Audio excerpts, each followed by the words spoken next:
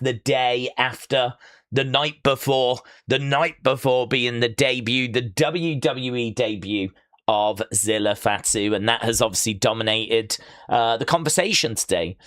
People very excited about Zilla finally being in. Haven't actually seen how people feel about the fact that he's gone to NXT. Obviously, a lot of people were hoping he'd go straight to main roster. Haven't really seen too much reaction to that, but a lot of excitement, a lot of people very excited, a lot of conversation being had.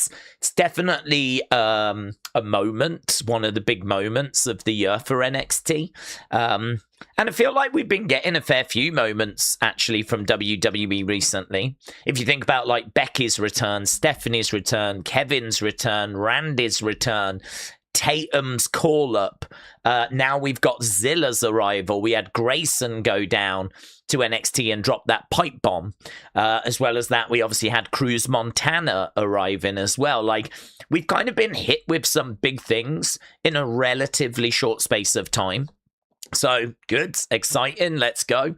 I'm obviously very excited to see if they've got any other tricks up their sleeve. But I think more than that, I'm obviously excited to see kind of how we're going to put all these pieces together and see kind of what we're doing on the road to Money in the Bank. That's our next PLE.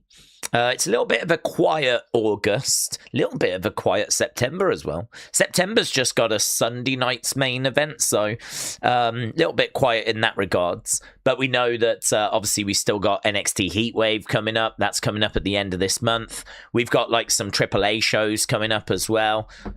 So, you know, if you're a fan of wrestling and a fan of WWE, there's plenty for you to get excited by, plenty for you to look forward to. So, yes, talking of looking forward, before we jump into the chat, let's just talk about what's on Evolve tonight. So tonight, can I jump over to... I don't know if this camera's all set up properly, to be honest. I feel like I'm maybe a little bit off. Oh, no, I'm okay. Okay, let's get the screen up. Let's go over here. So we'll use Wrestle Talk. So this is what's tonight. So we got Charlie Dempsey against Ulka Sasaki. Now, we've seen Ulka Sasaki, I think, once before, coming over from Noah, I believe. Quite impressive, quite good. So Charlie Dempsey against Ulka Sasaki. Then we got Sloane Jacobs taking on Ren Sinclair. So it is going to be Ren QCC night tonight. And then we've got Cappuccino Jones taking on It's Gal and Starboy as well. So we've got a triple threat match going down tonight as well. So maybe not the craziest Evolve of all time, but we do have Charlie Dempsey. We do have Ren Sinclair. We do have It's Gal. We have got Starboy. We have got Ulka Sasaki from Noah. And, you know, it's going to be fun. It is what it is. William said UFC on Saturday is going to be interesting with new mods around. The streams are going to be a big one. Yeah, I mean, this weekend we do have UFC. That stream is set up. And whenever it's like the big monthly pay-per-view, we always try to get to it. So it is that time again. I don't know how crazy it'll be. I mean, for me, I think we've absolutely butchered our UFC community. I'm really appreciative of anyone that stops by these days because, you know, you can't really expect people to be joining us when there's obviously really big MMA communities out there now. But, you know, we're doing it because it's the big thing to do this weekend. I'm interested in watching the show anyway. I've been a UFC fan going all the way back to the 2000s. UFC has featured on this channel since 2018. So, you know, I'm kind of excited to be getting stuck into something a little different as well. Obviously, we've had SummerSlam recently and we've done like AAA, but it'll be nice to kind of get our teeth into just something a little bit different. So, yeah, we are doing that on Saturday. And as William said, it can be a little bit chaotic, but that's part of the fun. Street Fighter Ingrid said, do we think Julia would be better on Raw than SmackDown? I don't know that it would make a massive difference because the person at the very top is still the same person at the very top, and that's Triple H. So I feel like if Triple H really wanted to do something with Julia, he would do it. So whether she's on Raw, whether she's on SmackDown, I'm not sure it makes a big difference. I'm not sure that either division is really that crowded. I suppose the advantage at the moment would be that the mid-card belt is on a heel on Raw. Julia seemingly a babyface, so she could be an opponent for Raquel. I don't know that you want to do Julia against Tiffany because that's kind of babyface. So as of like right now, it probably would be better if she was on Raw. There probably is an opportunity that's there. But longer term, bigger picture, I'm not sure if it's going to make much of a difference. Bottom line is still going to come down to if, Triple H wants to really get behind Julia, he absolutely can. So we've said before, a lot of it is about waiting for your opportunity to come up. Because, if Julia's not being pushed, it means someone else is being pushed. So you've just got to sort of wait for that opportunity to come along. And then when it does, grab it with both hands. So she's got to be ready for when that opportunity comes along. I hope she's, improving her English, continuing to work on her in-ring abilities, her promo abilities, just keep leveling up, keep working, keep, waiting for that opportunity. And of course, people are getting impatient. People want good things for Julia, but then people want good things for Jordynne Grace as well. And people want good things for Stephanie, and people want good things for JC, and they want good things for Roxanne. And it's just so difficult, isn't it, when there's just so much like really good talent that we've got. So I suppose this is why people get so frustrated with like Jade being used all the time and like those kinds of names, this is where people are like, we're sat on people like Julia, and yet I'm having to watch Jade in action. So yeah, her opportunity will come. It will come. There's no word that she's switching brands or anything. Bradley said, I used to like UFC streams. It was a bit of like a podcast. I would listen to them when I was out and about. Oh, right, Bradley. That's amazing. Shout out to you, buds. Yeah, I've never really thought about the streams that way, but I suppose they do kind of work as a bit of a podcast. So that's interesting. Certainly with our wrestling streams for these first 2 hours where we're just really getting into conversation, there's not really visuals that we need to worry about. So I suppose I never really thought about it that way. So that's interesting. Yeah, no, I mean, I always do like really good research, or at least I try to really put the hours into the research. I mean, obviously I've got like a base knowledge, but it is because we're not doing it regular. It is kind of difficult to remember every detail about everyone. I need that research. I feel good once I've done it. And then like, I'm always quite excited going into those streams because I mean, talking is not a problem. I know that we can talk, and I know that we'll never run out of stuff to say. But when you've got a few facts and a bit of information and stuff like that at your disposal, like it just gives you a bit more confidence, really. So, cool. Yeah, I'm glad you got some from them, and obviously we can't really commit to them as much these days because WWE tends to run on a Saturday, which it didn't used to. It used to be on a Sunday. And so now it means UFC and WWE are kind of competing at the same time, which in my mind is stupid. I don't understand the logic. I think TKO probably think there's not much crossover. The frustrating thing is we are that crossover, we are the people that want to watch both.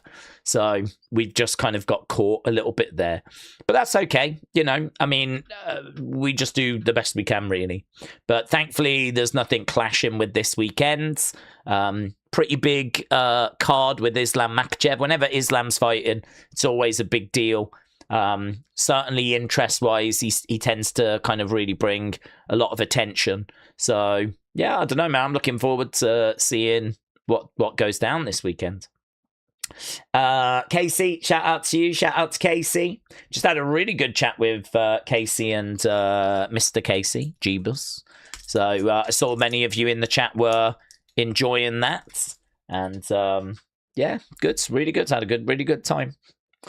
At Calvin said, Daze, I feel like people are going too hard on Corey with the situation with Big Cass. I'm happy that Cass has turned his life around, but most people haven't forgotten how he abused Carmella. Could this lead to a feud? No, it's not going to lead to a feud.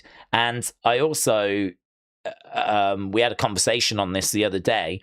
It's very rare that I get stumped for words or don't quite know what to say. And I did kind of get stumped the other day because obviously this is a situation where Big Cass used to go out with Carmella. And I mean, there's never been any documented domestic abuse or anything like that. I believe there was a moment backstage where he kind of grabbed her arm to try and talk to her, like grabbed... I mean, obviously I wasn't there, so I can't say how forceful this was, but like apparently he grabbed a hold of her to, you know, have a conversation with her. And obviously it's a situation that has kind of soured that relationship. She's moved on with Corey. I think she might have been in the process of moving on at that time anyway. And so you can sort of understand that there's a little bit of history there. I think there's a history with Big Cass of him drinking and being abusive, maybe not physically, but being abusive verbally and intimidating and things like that. I mean, none of it is a good look, right? None of it is a good look. But you can understand Corey just not wanting to be around that. So I was stuck for words the other day because for me, Corey is... He's being professional as is humanly possible. I feel like there's a weird thing that's happened with social media and with the IWC, and I think there's a disconnect that's happened. Because for me, I look at Corey, and I think, you know, fair play, respect. Like, this must be really difficult. Like, put yourself in his shoes. Like, he's having to work with someone he doesn't want to work with, someone that's not been around, but they've come back, someone that, you know, your job is to, you know, be bigging him up, putting him over, all that kind of stuff. He probably is going through some difficulties right now with doing that and getting comfortable with that.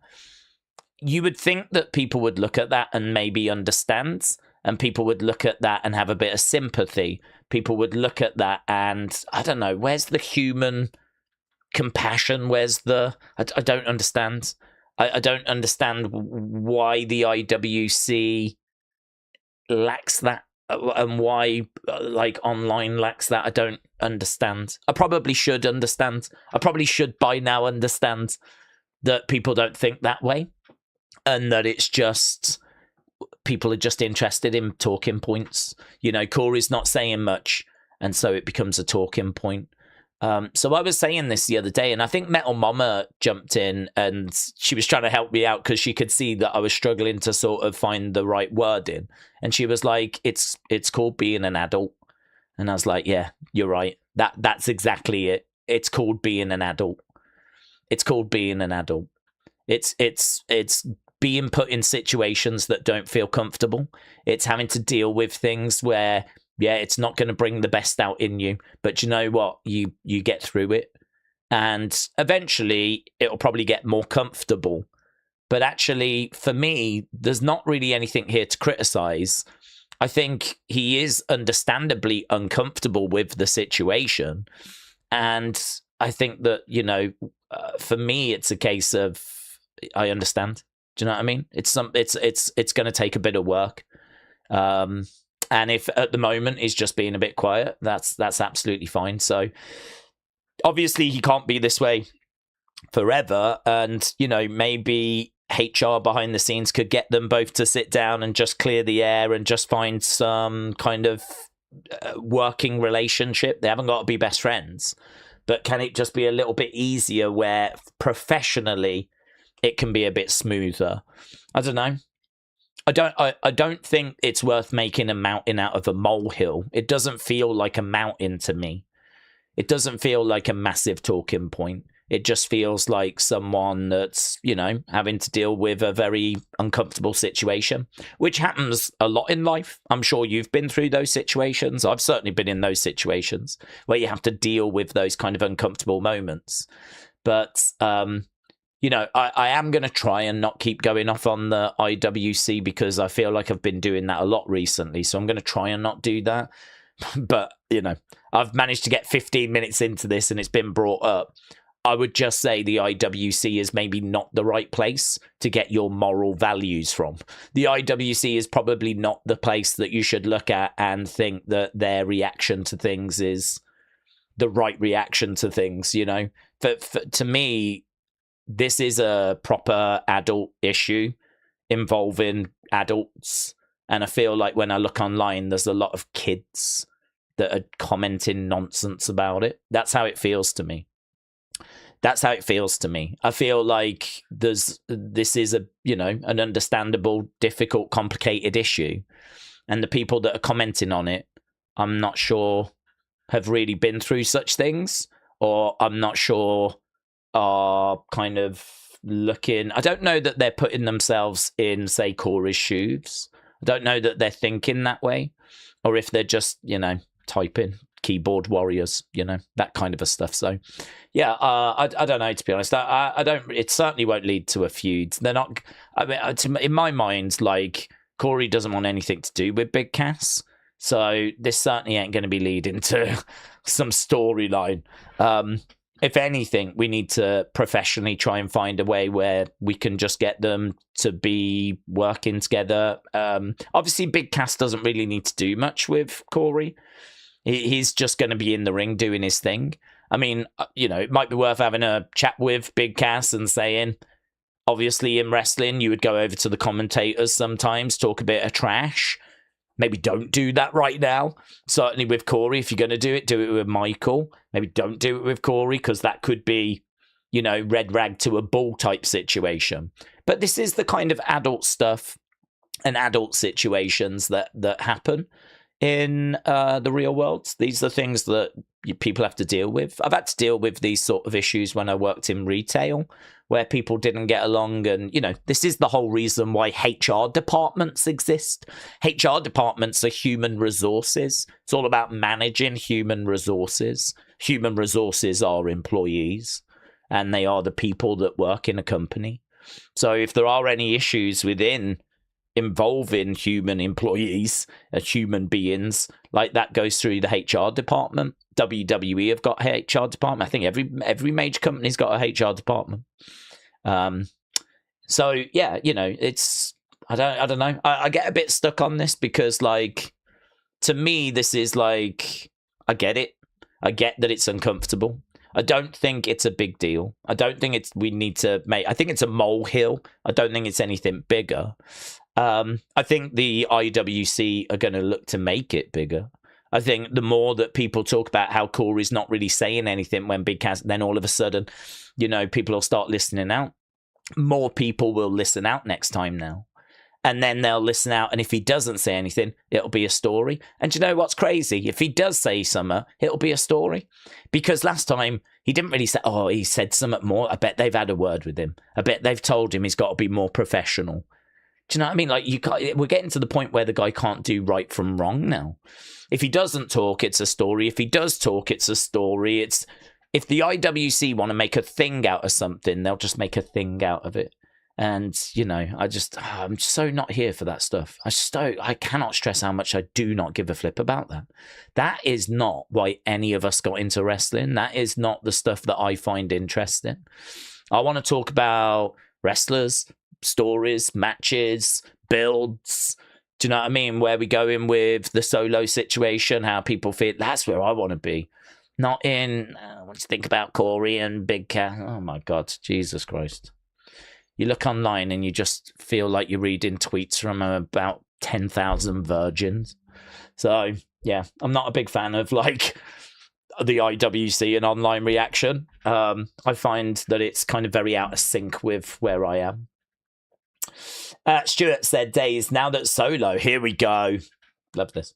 Now that Solo got beat by Jay, do we think that Solo will join the Bloodline? Yeah, I like this. Do I think he'll join the Bloodline? I think it'll be a case that he will have a big segment. I mean, what it has done is it's set up a really big segment for next week. It set up a really big segment And I think that we're going to see... I think we're going to see him get dragged away or prevented from joining. I think they know what they've got. One thing, the headline for me, we're not going to ruin Solo. If he joins Bloodline or doesn't join Bloodline, I don't think we ruin Solo. WWE know that this is working because they had him open the show and they had him all throughout the show backstage, and then they had him backstage as well. Then they had him in the main event, sorry. So Solo was all over this episode. So for me, WWE know what they've got. And as I said the other day, I think the thing that you could blame WWE for is probably running Summit into the ground. Like you just batter it into the ground repeatedly. And, you milk it dry. So actually, I don't think the problem is we're going to ignore what Solo's doing. I think the problem is that we'll just keep doing it and doing it and doing it until it's just not fun anymore. So whether that's in the bloodline or out of the bloodline, I actually don't think it makes a massive difference. Part of me might even say that it's better if he goes in the bloodline, which again is going to have me out of sync with other people.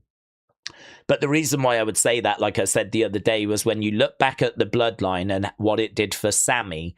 It took Sammy from being someone that lost to Johnny Knoxville at WrestleMania to being, having a championship match against Roman Reigns and Montreal going crazy for him, because it really allowed Sammy to show just how fun he was and connect with the audience. In a way, let's be honest, he's struggled to do since. Sammy getting over with the audience, probably the peak of that was when he was in Bloodline. And I think the reason for it was because you've got the seriousness of Paul Heyman and Roman Reigns. You've got the seriousness of Solo at the time, who was that silent enforcer, the assassin. Jay as well was like not having Sammy, so he was quite aggressive to Sammy. The only person that Sammy could really joke with was like Jimmy. Jimmy wasn't really joking back, but I mean, he had a good relationship with Jimmy and he was trying to win the others over. And we could see that Sammy was being fun. He was being mistreated. It built up sympathy. And I sort of feel like if you put Solo into the bloodline and he's been made to join, and he's going to be the Sammy now, he's going to be the fun one, and he's constantly get told to shut up, know your place, know your role, is going to get mistreated a bit. The fans are the sympathy for him is going to keep growing. He can still do the pew-pew thing, and he can still have fun, and he can still be that kind of baby face that's being forced into a heel group type dynamic. It doesn't mean that this is the end of the run for him. So I think they'll probably avoid it. I think they'll probably have Solo be on the other team when it comes to Survivor Series, I think. And so I think something's going to prevent him from joining. Some people thinking that it could be Roman and that Roman's going to turn around and say, no, I don't want you to join our group that way. I'd need that explaining a little bit, as I said the other day, because I don't know why Roman would be bothered that Jimmy helped. The bloodline way has always been numbers. And I understand Roman wants to do things largely by himself now. But Roman also wanted Solo to join. So now he's got Solo. I mean, does it matter that it took two of them to do it? Is that a big problem to Roman right now? Or is it more important that you wanted Solo back and you've got Solo back? So I don't know. I'm very interested to see what they do. I suppose the answer is, the great thing about this cliffhanger is you can take it in a number of directions. You could have him join. You could have him not join. You could have Roman upset Jay didn't do it on his own. You could have Roman not care about that and just be pleased that Solo is back. There could be another swerve we don't see kind of come in as well, like another person getting involved. Like, where does LA Knight fit into this? I mean, I could see it being a case that Solo is about to join and about to kind of join up with the bloodline, and boom, LA Knight comes out, and LA Knight makes his way down to the ring, saying, like, you haven't got to fall for this. You only lost because of outside interference, you didn't lose in an honorable, manner. Like, you don't have to go back. So, like maybe LA Knight is the one that's going to prevent it. So I think it set up a really, really interesting segment. And that's probably my big takeaway, is I'm really interested to see where they go with it. With as many wrestlers dating or marrying and splitting up and divorces, WWE will have a lot more interpersonal work situations going forwards. So they need to learn how to manage it. Yeah, I think that's happened, though. It's not new. It's something that's been around. I mean, like Alexa used to be with Buddy Murphy, for example. So, I mean, they obviously split and were continuing to sort of work together. Bron Breakker was with Cora Jade. They split up. Now he's with Izzy Dame. Jada Parker's with Jey Uso. I mean, who knows if that's going to last. If it doesn't, they'll have to work together on the main roster. Sol Ruka's with Tyler Bate, has been for a while. Famously, Ludwig Kaiser and Tiffany. That relationship came to an end. And so, Ludwig's moved on. Tiffany has also moved on. There's quite a few, actually, when you start digging into it, of like different people that have dated and then they've kind of, the relationships ended. I think it's kind of natural, because certainly in NXT, if you think about the fact that you've got all of these normally single wrestlers, or people that are single, because, if you've come from the indies, it can be a hard life. And, most of them are young. As a result, they haven't found that life partner at that stage. And so you've got all these young, attractive, athletic males and females all in going to the same building, training around each other. I mean, what do you think's going to happen? I'd imagine they're all at it like flipping rabbits. I'd imagine there's lots of stuff that goes down that we don't even know about, right? And don't need to know about. So I think this is something that's been going on for a long time. I think it's something they've dealt with. I think that's, I think it's life. I think it's life. I think this is life. This is what happens in companies. And, I mean, they'll figure it out. It'll all get sorted out. I mean, the only thing will be if he just, for some reason, is like, I can't, but I don't see that happening. I don't see that or anything like that. This is why I'm saying I don't think it needs to be making a mountain out of a molehill situation, because at the moment it's just IWC noise. That's it. There's no comments that have come out from Corey or anything like this, or any comments that have come out from Big Cass. So for me, it's just internet noise at the moment. But I don't deny that he's not, struggling with it. I could absolutely believe it. But it'll get easier with time. Daze, the way I read the situation, if he lost and joined the Bloodline, that is killing Solo Dolo. I know you think he could replace Sammy, but we all know that Sammy made the Bloodline watchable. My question is, where's your question? Is WWE going to do once they drag all the Samoans into the boring Bloodline? Yeah, I mean, I feel, though, that the Bloodline was a success, wasn't it, in 2023? So WWE see the Bloodline as being a successful group, something that people around the world are interested in. I know you don't like Roman, and obviously you make that very clear on a regular basis, and that's fine. I mean, people don't have to like all the same wrestlers. I wouldn't expect people to like all the same wrestlers. But we know that the Bloodline obviously brought a lot of financial success for WWE. We know that people really connect with Roman and they connect with that group. People acknowledge Roman, and he's obviously the biggest star right now, and the Bloodline is his family and this is his group. And I think, like, for you, anyone joining the Bloodline would just like instantly ruin them. Whereas I think for many, that's not the case. Bloodline is still a very intriguing group. It's still a group that has the ability to kind of bring financial success and raise people's stock. I mean, you know how hard it is to sort of fight to get TV time.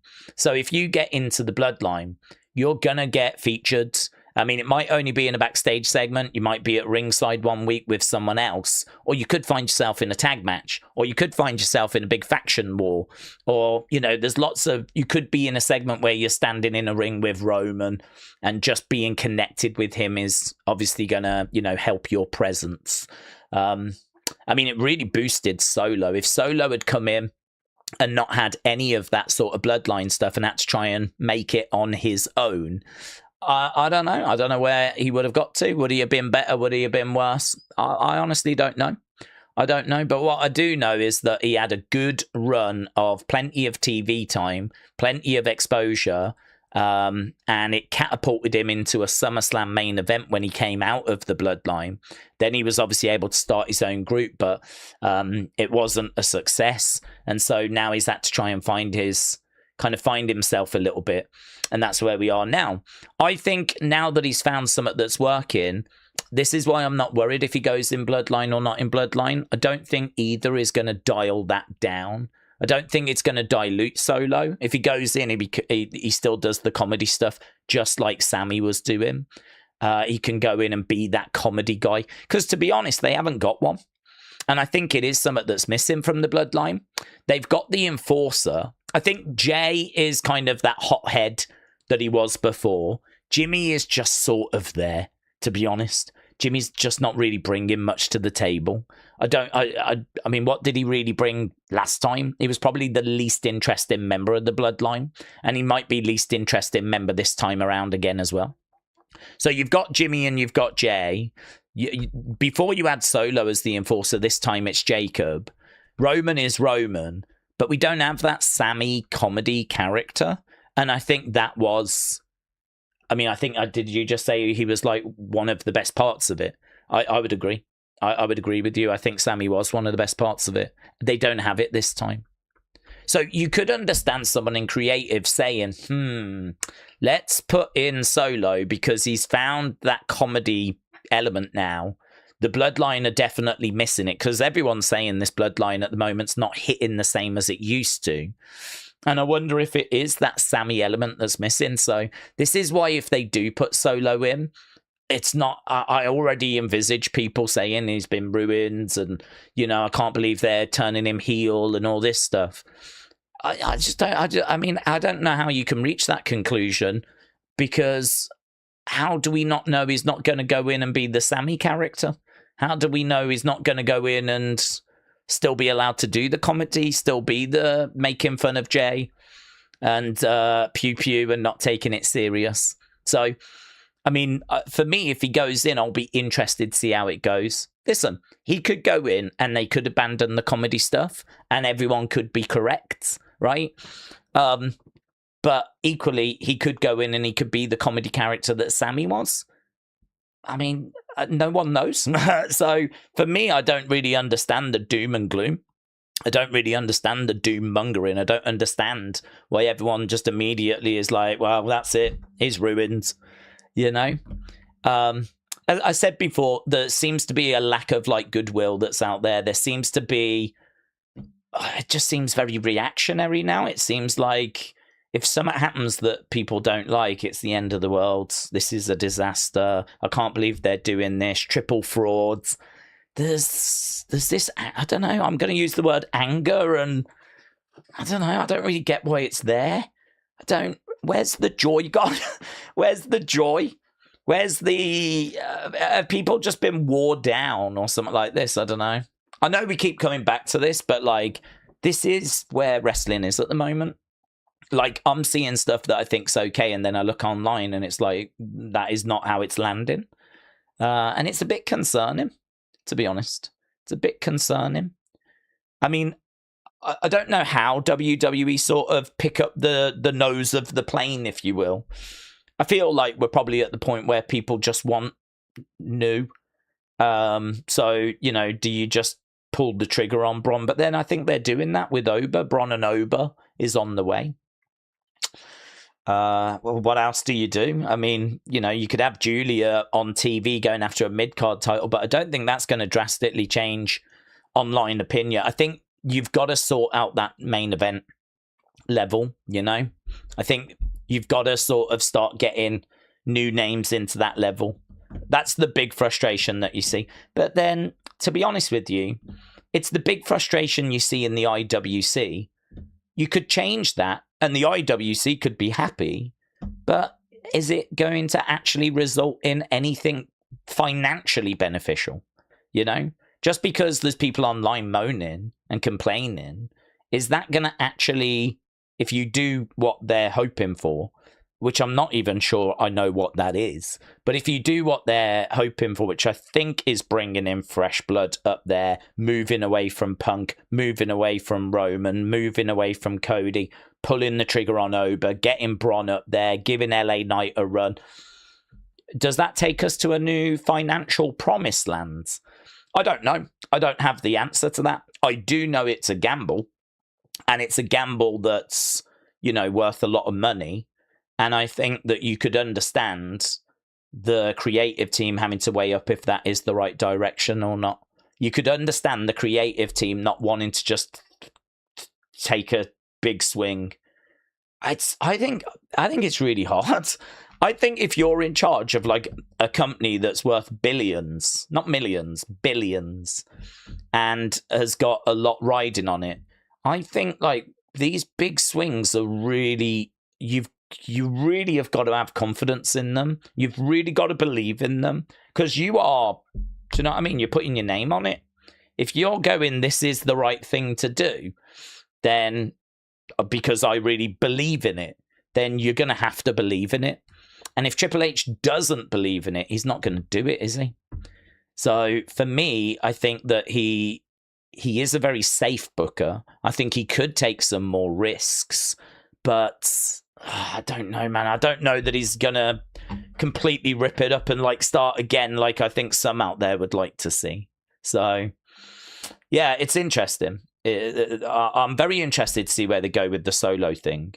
I think for me, if he joins or if he doesn't join, I think it'll be okay. I think it'll be okay. Maybe one would be better than the other, but I don't even know that there'd be a massive difference, to be honest. I think there's still plenty of fun to be had if he did join the Bloodline.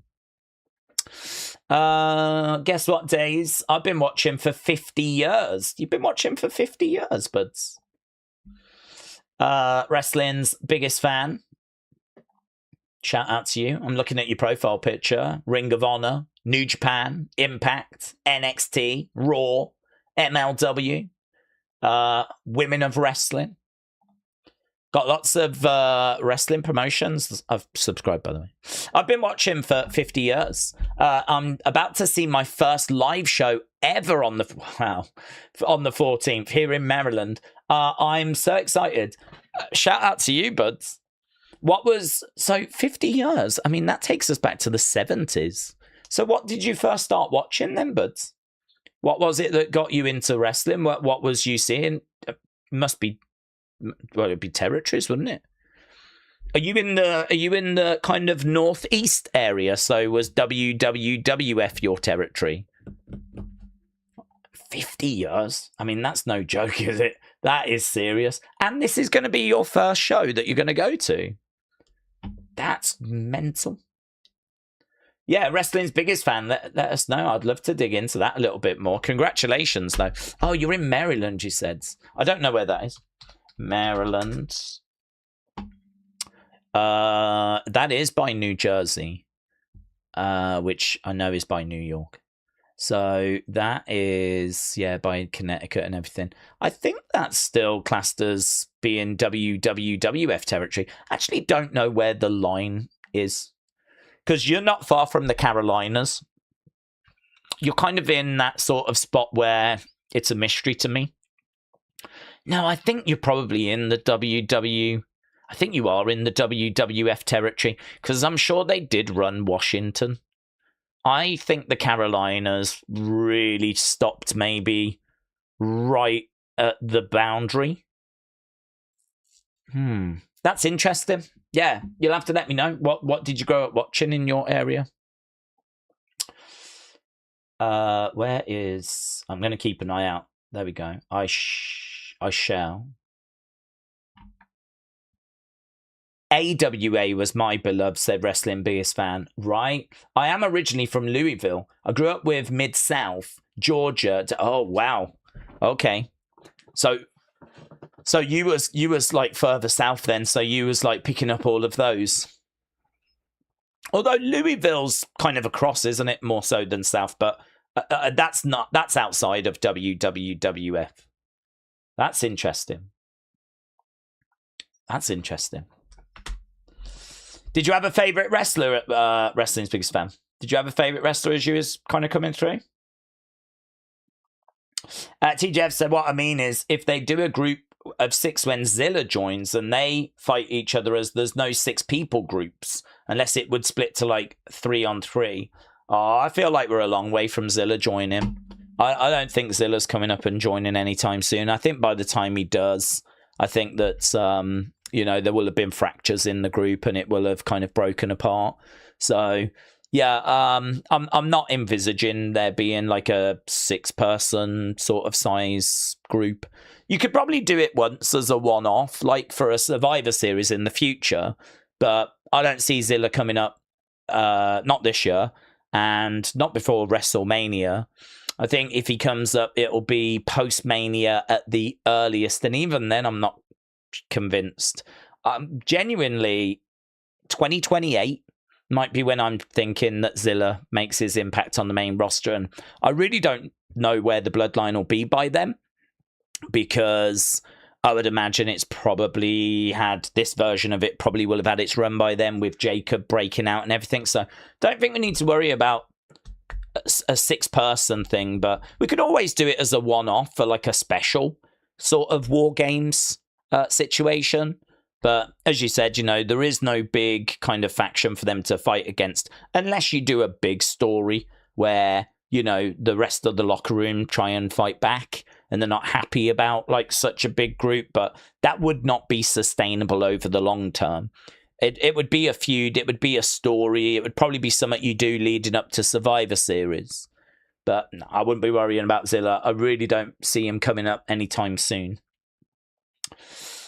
Faith said, I've been watching wrestling for 55 years. The Atlantic Grand Prix in Atlantic, Canada with the Cormier brothers, says Faith. Wow. Not an area that I know, to be honest with you. The Atlantic Grand Prix. I mean, really, my knowledge of Canada is Stampede and Jack Tunney. He obviously ran a promotion up there as well. Did he run Atlantic up there? Who did Jack Tunney? What did Jack Tunney? Let's have a look. Jack Tunney, Canadian promotion. Will it tell me who he ran? Oh, he ran Maple Leaf Wrestling. So he ran Maple Leaf Wrestling, which was coming out of Toronto. I know they had Bruno before Bruno went to WWF. I know they had Bruno, and actually we got Bruno from there. But I don't know anything about Atlantic. What did you say it was? Atlantic Canada Wrestling. Oof. Getting into the territory stuff is quite interesting, but it's quite deep as well. Obviously, it's a completely different time period, but I love that wrestling history stuff. I find it fascinating. Andy said, Daze, out of all the next generation, who do we think should retire Roman and retire the next tribal chief? Well, I don't know about retiring the next tribal chief. I mean, feels like Jacob is in pole position for that for me. Obviously, Zilla is going to be on people's minds right now, but we have absolutely no idea how he's going to adapt, how he's going to continue to develop. There was a lot of buzz around Solo when he was in NXT. And, I think he's had his moments, but I don't think that he is the successor to Roman Reigns, right? Or certainly it doesn't feel that way at the moment. It feels like Jacob is the closest we've got. So if we are talking about a next tribal chief, Jacob would be that person at the moment, I think. Who do we think is going to retire Roman? Well, that's a good question for the community. I mean, I would think that it would be a family member, and I would think that they would probably want it to be a family member, just like how I think The Rock would probably want it to be a family member. If you're going to pay it forward to someone, if you're going to give that to someone, you're probably going to want it to be a family member. Doesn't necessarily have to be Roman, because Roman's probably about as big as he's going to get. Although we did have a very interesting conversation the other day about Roman and what is stopping him from being, you know, that sort of Mount Rushmore level. Because I think a lot of people would probably have him in S tier because of what he's contributed, the amount of manias that he's main evented, the amount of money that he's generated, the spotlight that's on him, the, you know, interest that he attracts. It kind of feels like this is his era, just like how Cena had his era, Hogan had his era, Bruno had his era. But what's stopping him being on Mount Rushmore? And I think the conclusion that we ended up ambling our way to was the fact that I think that he is just missing those really big matches, those really big era-defining matches. The kind of things like Hogan, Rock, Hogan, Andre, Stone Cold Rock, or Stone Cold Brett. Those kinds of matches that are real moments. I mean, you can look at Shawn Undertaker, but when I think of Roman, I don't quite know what comes to mind for those type matches. We kind of went through his WrestleMania career. He's got, I think, 3 matches against Brock. I don't think any of those are ones that are going to really stand the test of time. He's got a match with Triple H, but I mean, Triple H kind of, lost to everyone, really. Triple H, I don't think that match, it was right at the end of Triple H's career. I don't think that is a match that people really talk about or care about. Undertaker probably should have been that match, but he was done, wasn't he? That was at 33 and he was done. It was very clear that his body had given up on Undertaker at that point. I don't think that's the match. Daniel Bryan and Edge, I mean, it's fine, but I don't think it's going to stand up there with, the most iconic of matches. I mean, you could say WrestleMania 40. That's more Cody's moment, though, to be honest, than it is Roman's. 39, he wins thanks to, outside interference. I mean, the CM Punk one is obviously a really good match, but I don't know how that's gonna age. Obviously, it only happened earlier this year.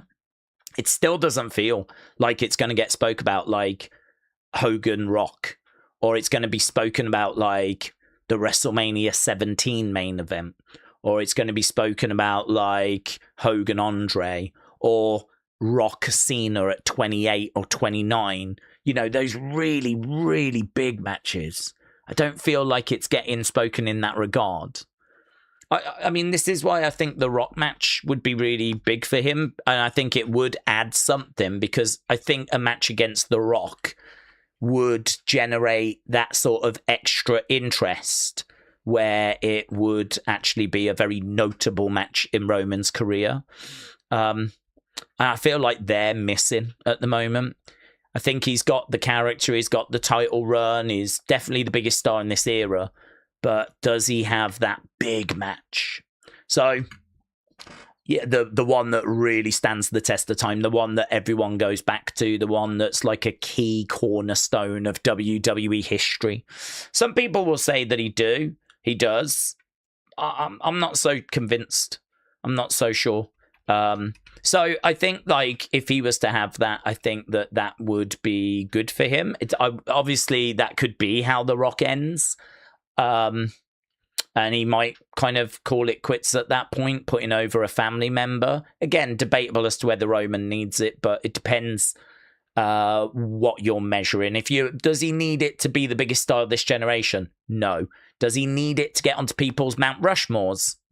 I think so. I think he needs it for that. Or, you have the Rock fall to Jacob or something like this, when the time is right. Maybe the time isn't quite right yet. Perhaps Jacob needs to break out the bloodline and that upsets The Rock because, you know, Jacob's broken away, and so The Rock's here to bring him back in line, and it sets up a big match. I'm talking, you know, a couple of years down the road. That window is closing for The Rock, but, you know, maybe that's something that we look to do. I think it'd probably be family, and same with Roman. Zilla, Jacob, Solo, Jay, whoever, you know. I think he'd probably want to be putting over a family member so that, you know, it's the family that benefits. But, I mean, it could be Oba, couldn't it? Or someone like that, or Bron Breakker. I mean, it could be that it does end up being someone. It depends where we are at the time. I don't know when he's going to call it quits. If Roman calls it quits in like 5 years, where is Jacob? Where is Solo? You know, are they in need of it? Is it something that makes sense at the time? So it's very difficult to say because it really depends where we are. But I would imagine the first thing, because it would be the first thing I would think would be, you know, helping a relative, helping a cousin, helping a brother, helping the family, giving them that boost. I would want to do that for family, as I'm sure you would as well. Wrestling Biggest Fan said, I was the one that sent Daze that full list of shows that was on Peacock a year or two ago. We tracked all the shows, says Wrestling's Biggest Fan. I missed the network for sure. Same here, but same here. We got very excited when we found a YouTube channel the other day, and actually, do you know, I found a way that you can download playlists. I found a way that you can actually, if people have put videos on YouTube into a playlist, I found a way that you can just download whole playlists. You have to like install this software onto your computer. You have to go into like command prompts. The software's called YT-DLP or something. ChatGPT told me how to do it. So it's called YT-DLP. You go into your command prompts, type in these codes, put the URL in, and it just goes and starts automatically downloading them. It's really easy. And you don't need like external software. Your computer can do it. So as long as you get this YT-DLP, you do need that. Which I think was free. I can't remember. I think it was free. So, yeah, I've been kind of downloading loads of these old episodes of Wrestling Challenge and Primetime Wrestling and things along those lines. And it's so much easier if they're in a playlist because it just gets you the whole playlist rather than sitting there doing them all individually. So I'm scouring the YouTube now. I'm looking around to see if there's any other shows that I can download, any old superstars and stuff like that. Because I agree, I massively missed the network. There was some fantastic stuff that used to be available that's not now. And there are things that are going up on Volt, but it's so slow. Really, really slow. Days with the injuries to Rhea and Chelsea. Still not heard an update on Chelsea, by the way. If they don't start utilising Julia Blake-Jordan, then what's the excuse? How can it be defended? Well, I mean, they obviously have got TV time that they need to fill. And so they'll continue to fill it. So if there is an injury to... Well, there was an injury to Rhea, and as a result, they then did a 5-person ladder match. We've got so many talents around that if Rhea gets injured, here's 5 women that are ready to step in and do a ladder match. You know, obviously Chelsea benefited from that. Well, if she gets injured, we've still got the 4 women that were in that ladder match. And of course, you can always then bring in a Julia or a Blake or a Candice or whoever to be another 5th woman if you wanted to do another 5-woman ladder match. There'd be no guarantee that, you know, a Julia, a Blake, or whoever would win. It could end up going to a Lash. It could end up going to a Charlotte. In fact, Alexa wasn't in that ladder match because she was injured. So she is another name that could go in. Obviously, we've just called up Tatum. I'm not saying she would be in the ladder match for the Women's Championship, but she's going to have to feature. So it is a dog-eat-dog world. Everyone is competing for that TV time. Everyone is, you know, Lash needs TV time, Nia needs TV time, Alexa, Charlotte, Tatum, all need TV time. Jade needs TV time. Meechim, B-Fab, Julia, Kiana, Candice LeRae. I mean, it's stacked. It's just absolutely stacked. So I don't think it's about, oh, what will the excuse be or anything. I think it's more about just accepting the reality that we have got big rosters all competing for very few spots, because we know it's not quite 50-50 between men and women at the moment. The men obviously get the majority of the TV time. So that means that, it's probably like, 70-30 TV time. On a rare occasion, you'll get, 50-50. I think we're on the really rare occasion, we've had more women than men on the show. But most of the time, it's the men that tend to get the priority. I think the ratings probably say that it just performs a bit better when it's the guys. Obviously, WWE would like to get it to 50-50. That's something Stephanie has spoke about in the past. And progress is always being made. We're in a much better place now with the women than we were 10 years ago, I mean, progress over the last 10 years has been brilliant, but it's still not 50-50. We don't really go into WrestleMania like thinking or surprised that the women aren't main eventing.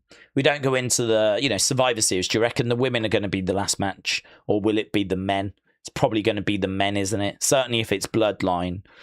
When we get to the Rumble, will it be the men that close out the show, or will it be the women? Probably be the men. It's normally the men. When we get to WrestleMania, is it going to be the men that are going to close out the show, or is it going to be the women? It's probably going to be the men. So, we're not at the point where we're questioning, oh, will it be the men or the women that main events? It's not really much of a doubt at the moment. So, I mean, I think as things stand, women have still only main evented WrestleMania twice. WrestleMania 35 and then at 37 with Bianca and Sasha. So, yeah, I think, I don't think it's about, what's the excuse. I think it's more like everyone is competing for TV time, and it's hard. It's really, really difficult. Because as much as we might not rate Nia or whatever, she is still someone that they want to make sure is featured because she serves a purpose, that purpose being the monster heel for the baby faces to take down. So if Nia gets the championship, say the big championship, that then opens it up for baby faces to chase after her. So, if you did another ladder match and you put the belt on, say, Jade's, or you put the belt onto Nia, that can ultimately work in Julia's favor, because she could get a feud out of it. She could get the TV time out of it. She could be a future opponent. I don't know that she would win it. I mean, they could put the belt onto her after Nia, but there's just so many people around, isn't there? It's a very crowded, and certainly on SmackDown, where they've just lost that hour as well, going from a 3-hour show to a 2-hour show. As we said, we knew that would bring extra challenges. So yeah, everyone's going to have different priorities. They would push this person, they would push that person. They want to see this person get more time. They want to see that person get more time. I think it's difficult. I think it's difficult to get everyone featured. I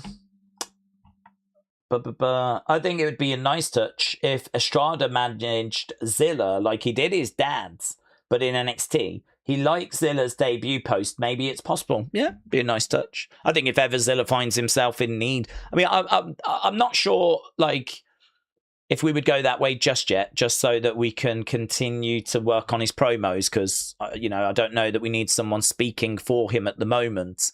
I think you've called something there, though. We should definitely do that at some point. Even if it's not until, the main roster. I think that would be very well received. Maybe he's a bit lost and, kind of needs a bit of guidance. That could be cool. I think people would appreciate that. Okay, 2B is beginning, and we've got the show about to start. It's a 44-minute show, this one. So, August 12th. We broke down the match card earlier, and this is episode 24 out of... How many was there episodes last time? Oh, wow.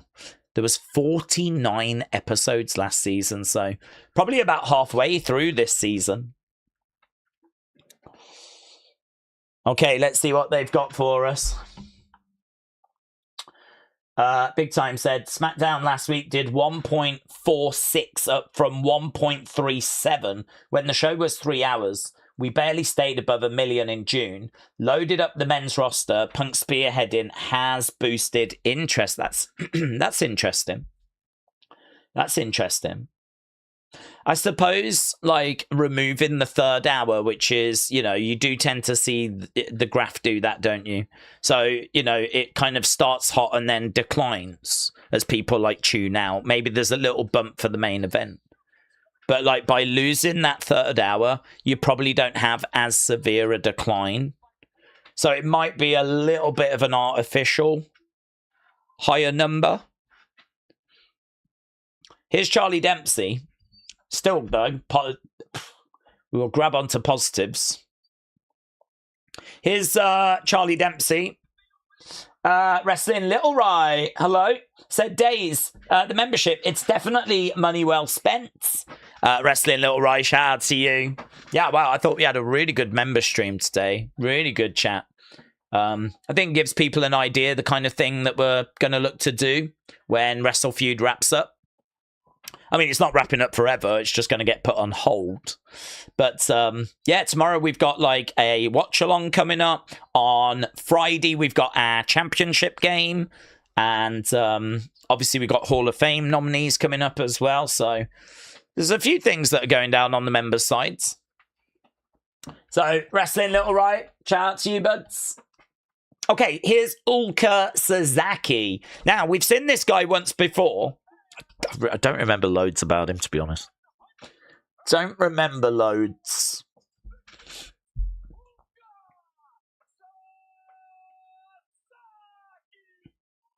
Okay.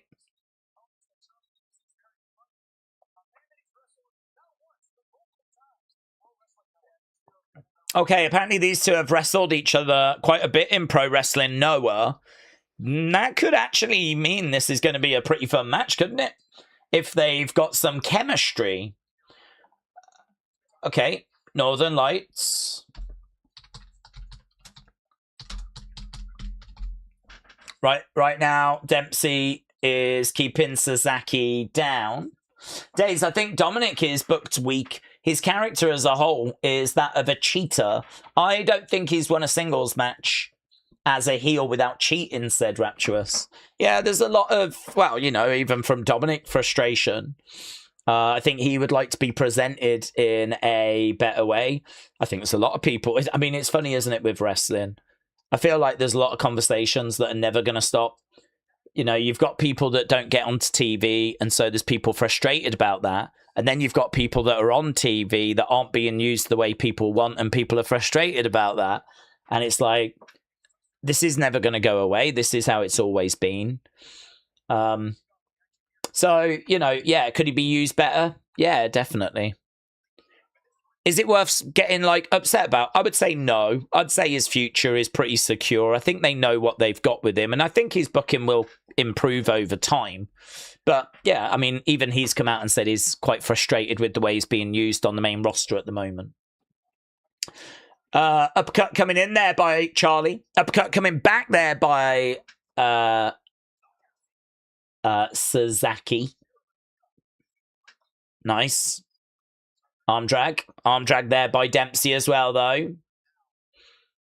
These two both on their feet staring at each other, and they're circling rounds.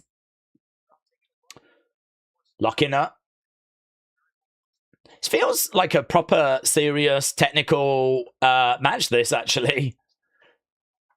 This doesn't really feel like the kind of thing we normally get on Evolve. I really feel like I'm watching something of a different caliber here. Dempsey going over in the corner. Sasaki coming over, grabbing a hold of Dempsey. Forearm coming in, chop coming in. Another forearm is unloading here on Charlie.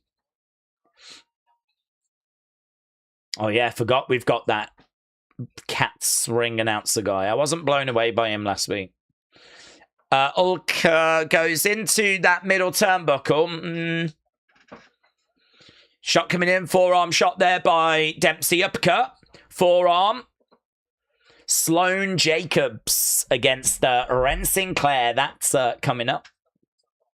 Right now, gut wrench, suplex by Dempsey. Pace of this, not the quickest, but they're constantly doing stuff. So it might not be like, crazy, but they're constantly doing stuff. Going for the cover, kick out there by Ulka. Elbow coming into the side of the heads. Going for a pin. 2. Kick out. Pat says, I've never had it work out well for me when I told my boss I was dissatisfied. At best, I got more responsibilities and no raise. Yeah. I mean, I can't imagine that they were thrilled. I don't know. We were talking about this the other day. I don't know where it came from. I mean, I'm not aware that he did it on an interview. I mean, maybe he did. I certainly have not seen the interview. It was just one of those reports, like it's being reported that Dominic Mysterio is frustrated. So I sort of feel a little sorry for him at the moment because, like, it's not like he's come out and said anything. It's just one of those where, I mean, I don't know if you saw earlier today, someone reported there were issues between Logan and Braun, I think. And Logan went on social media and he was like, WTF? Like, what's this about? So it's kind of interesting, actually, that, there's these kind of things that come out. I don't know if there's anything to it or not, but certainly Logan was making out like nonsense. But I wouldn't be shocked if he was frustrated. I think he'd be right to be frustrated. For me, the problem is if he's going to go out and express that frustration. That's where it's going to, cross a line. Okay, right now we got Ulka in control here over Charlie Dempsey. He's got Dempsey down, Dempsey Bridges. Dempsey Bridges. Taking over Ulka, and they're down. Charlie goes over. Whoop, flipped over. He's trying to block that. Okay, then. Ulka trying to grab the arm. They're both trying to outmaneuver each other. Is that...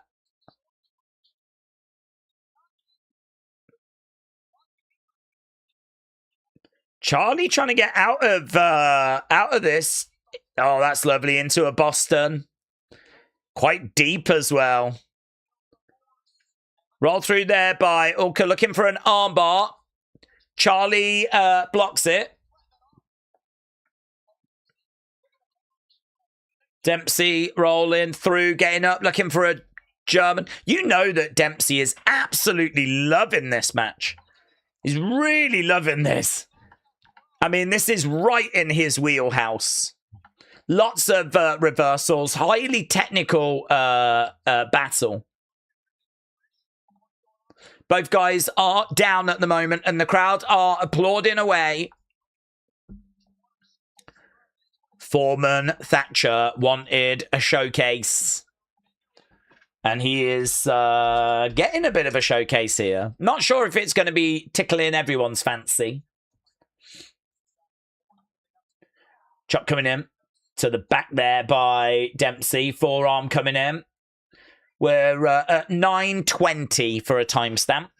Uppercut there. Chops. Unloading. Uppercut again there by Dempsey. Looking for a backslide. 1, 2. No joy. Inside cradle. 2. No joy. Ulka trying to put Dempsey away. Gets him down. Rolls him up.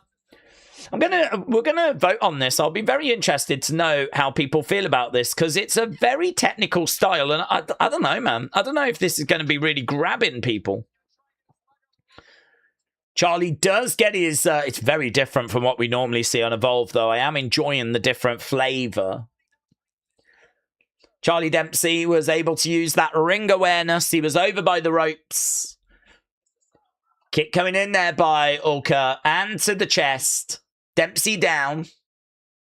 Ulka grabbing a hold of Dempsey, looking for another kick to the back. Oh, this time Dempsey grabbing it, grabbing the leg, getting back up. Slap coming in there by Ulka, and again, chop coming back there by Dempsey. Dragon screw. He's got Ulka over by the ropes. He's going to go belly to back. Belly to back suplex. Orca down. I mean, we've seen loads of different moves here. Different suplexes.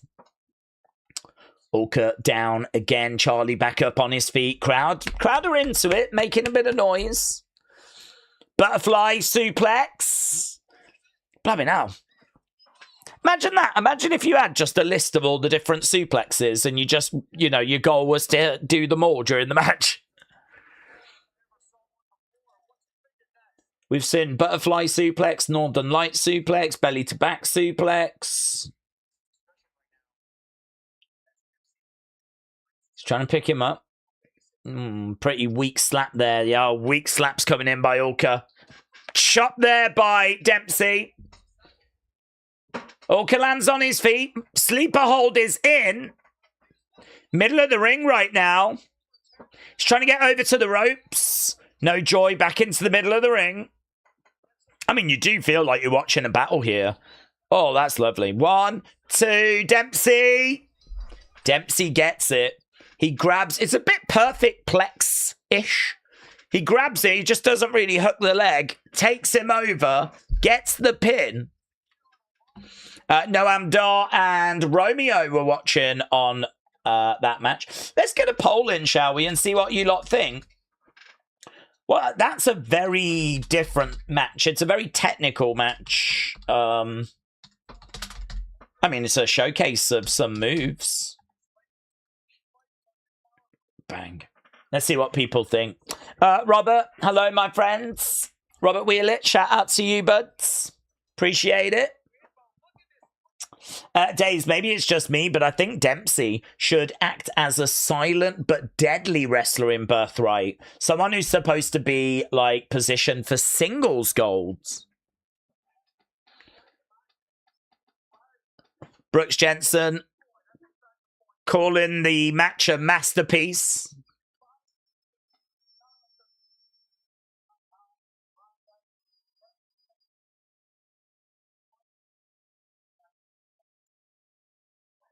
All right, bit of trash talking for Holyfields. Call in the lift. I'm sure he's about to walk out. There he is. He goes chasing after Brooks Jensen.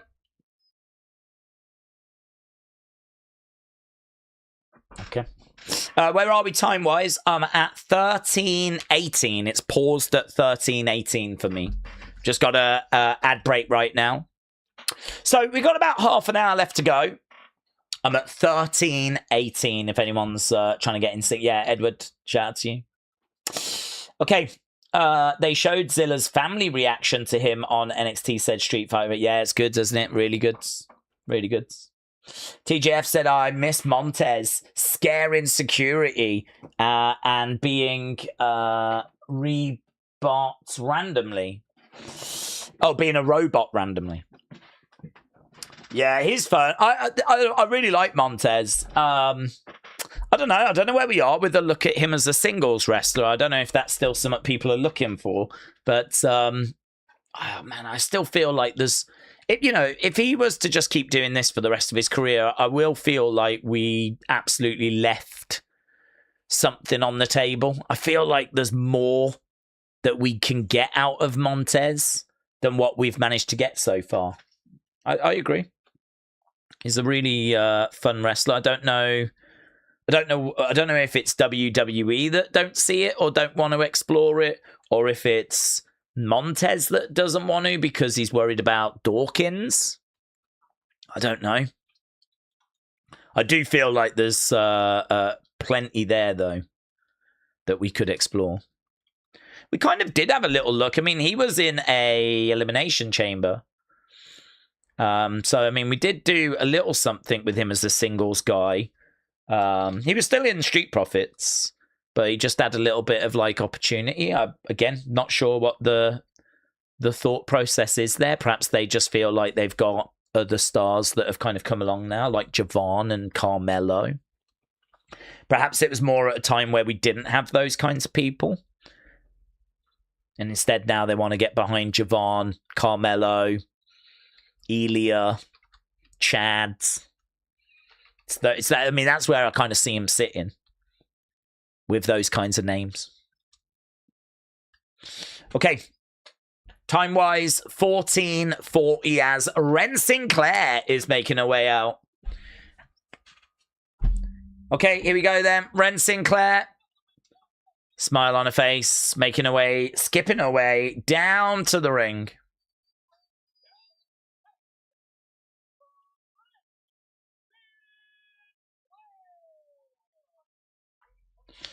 Okay. Let's change this over. I believe she's taking on Sloane. She's kooky, but she's ready, says Mr. Stone. Okay, the crowd are loving it. Here's Sloane Jacobs. Okay, she's coming out. She's got a microphone.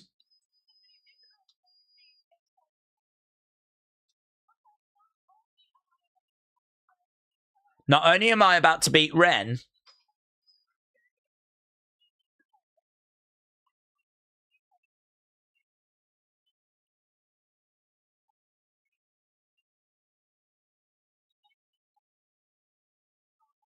okay, Nikkita.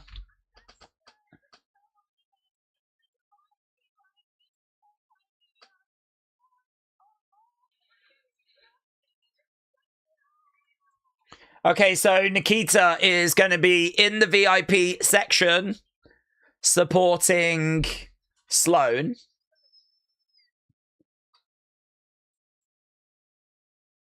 Why is she not wearing shoes? The grounding? Oh, apparently to keep her grounded.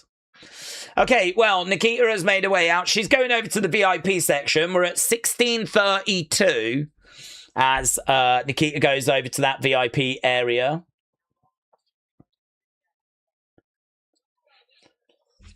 Okay. TJF said, I'm loving Paxi with Alexa. I thought that was cool. She wasn't impressed by it. Daze, who do we think the next star will be coming out of Evolve? I mean, I think PJ Vasa's interesting. You know, she can, you know, really work a few things out. I don't think her in-ring is anything special. Don't even think her promos are that special, but obviously there's a look there that I think is very marketable. I think she could be a problem in NXT. She could be a big monster heel. If it all clicked and worked, I think her being face to face with like a Zarya could be a fun moment, right? So I think PJ Vasa is someone that I'm keeping an eye on.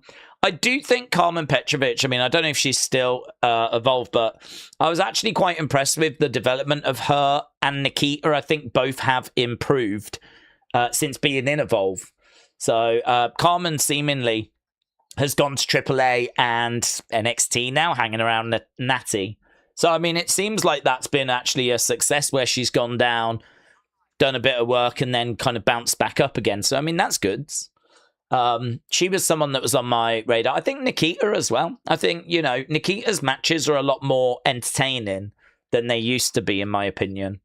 Before, they used to just be very basic. There wasn't really too much to them.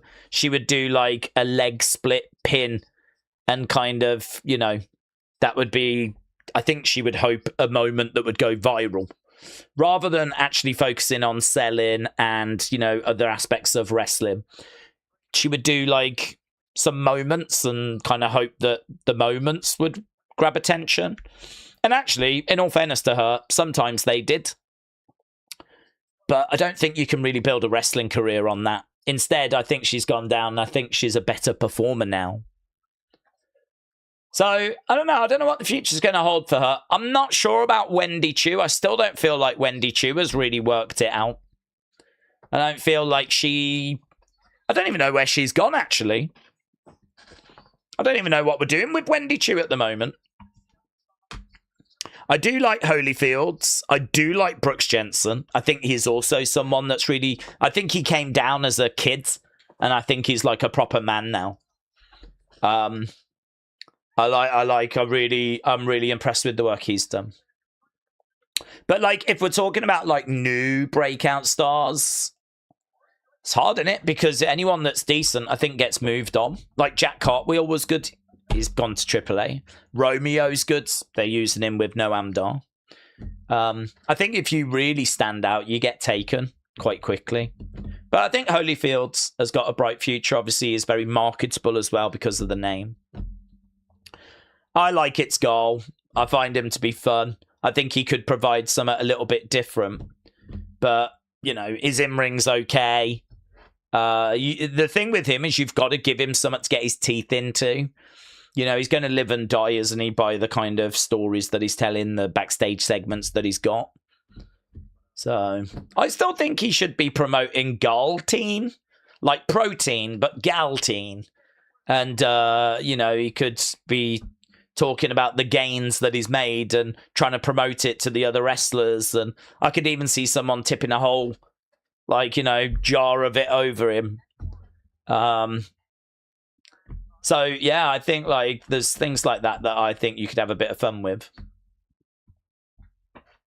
So I think there's a few. Yeah, I mean, obviously, this is like a stepping stone, a stopping point, stepping stone on the way to NXT. So I think a lot of these are probably going to progress, make it there. Okay, time-wise, we're back from a little commercial break. We're at 21:02.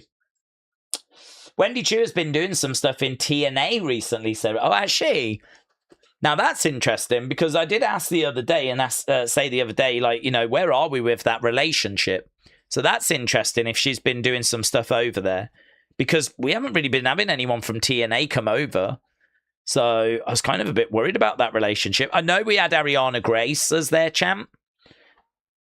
And I know that, like, I know there's still a relationship. I've not heard of there being issues. But it certainly doesn't seem to be in the place that it was. Sloan with the cover. Kick out there by Ren. Okay, we're going to end the poll for that first match. Holyfield's in AAA now, said Edwards. He'll be going over, won't he? I don't know how they're going to use him. I'll be very interested to find out, 'cause I don't necessarily look at him and think AAA. So I'll be very interested to see how he gets used. Okay. Here it is. You lot said good 95, so not blown away. Not bad, but not blown away. Okay, Ren getting slingshotted into that bottom rope. Sloan grabbing a hold of Ren. Going for the cover to shoulder up. Shoulder up. Right now we got Nikkita watching on. We got a couple of elbows coming in. Ooh, again, really working on the arm. Right now, we got Ren getting back up. Shot coming in there by Ren to the midsection. She goes back down to one knee. She's really struggling in the middle of the ring at the moment. Sloan still in control, and Ren trying to find a way out of this. Main event coming up. Cappuccino Jones against its goal against Starboy. Sloan going against the ropes. Back elbow there by Ren. Sloan going for a shot. Ren with a big chop. Another chop coming in. Down goes Sloan. Ren with a clothesline. Back elbow. Sloan comes up on her feet. She is going for a ride. Gets driven down. Right now we got Ren over the other side looking to charge in. Sloan back up on her feet. Ren grabbing a hold of her. Butterfly. Gets it. Whoa. 1, 2. X Factor, but couldn't get it. Right now, she has got Sloan. Sloan with a big kick. Ren goes over against the ropes. Going for a ride. She's got her up. Okay, 1, 2. Kick out. Sloane's only 23. She's been wrestling since she was 18, it appears, and she's been involved in like 300 odd matches, said Video Watcher. I mean, she's really good for her age. She was in WWE before, got kind of released, carried on working. Now she's found her way back. I mean, if you think she could have a 20-odd year career, it's interesting, isn't it? Interesting to look at her here and think, what could we do? Nice. The final wrench. Sloane taps. It's a win there for Ren. Nikkita not looking too impressed from the VIP section. Probably not a big surprise that Ren has picked up the victory there.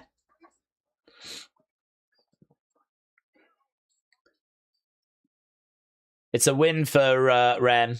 Just showing a replay of some of the highlights. Slingshot into that bottom rope. Butterfly suplex. Bang. That was nice. I really like how she got into that move. I really like the final wrench, how she actually managed to get it in. It's a nice finish, actually. Here's Nikkita.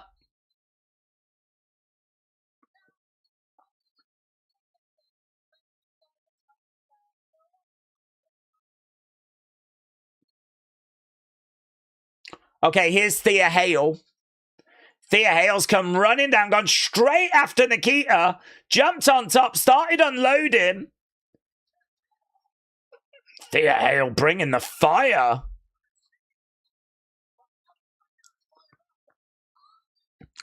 I'm going to be your next challenger, says Thea.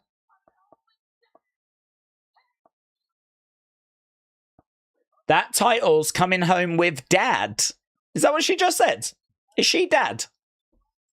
Thea Hale then against Nikkita Lyons. It's been made next week. Championship match. Okay, here's Brooks.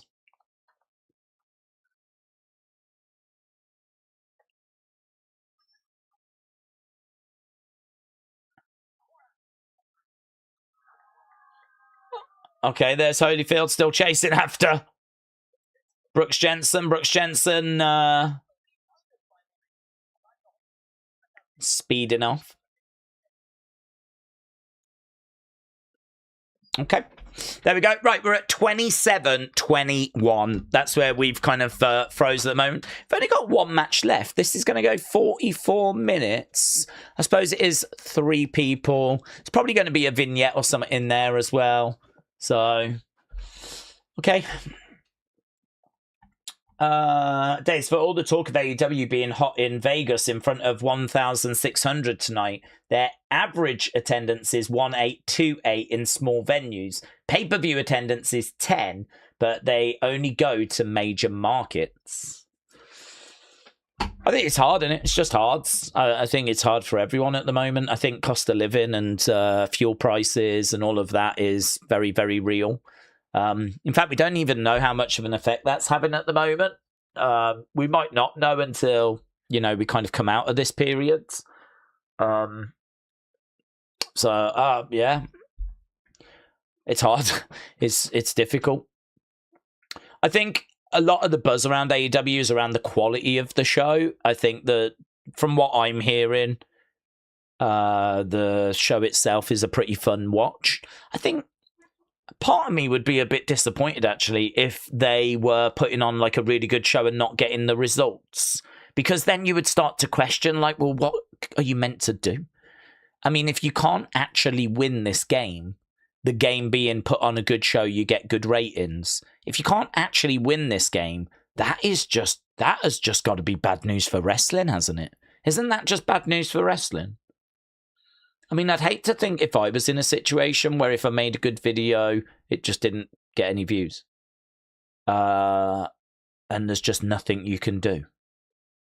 So, as much as I don't watch AEW or really care much for AEW or care about AEW, I still think if they're putting on a good product, I think it's probably better for wrestling if they were getting a result, you know? But with the current climate, maybe it's just not possible. Okay, we're just hearing from Lainey Look right now.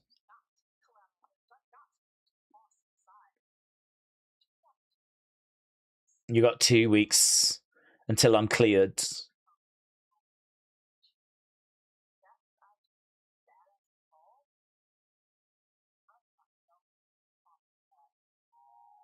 Okay.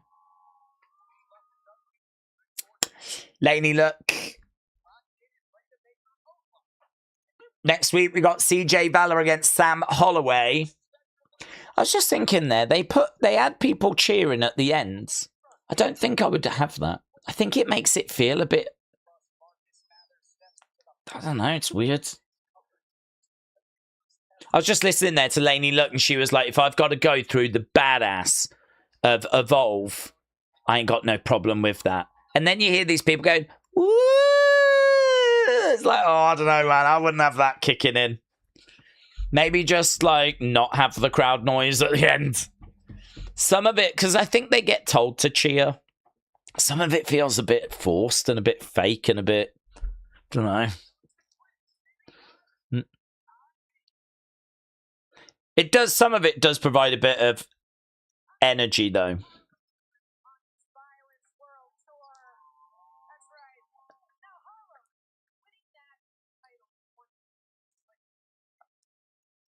The Riz with a cigar right now. She's just sat down with Harlem.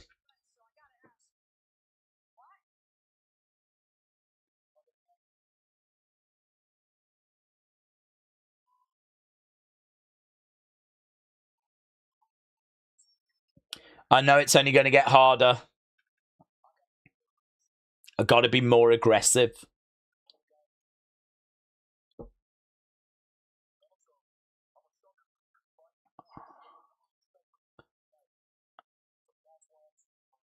Okay, so he's watching to see who emerges victorious.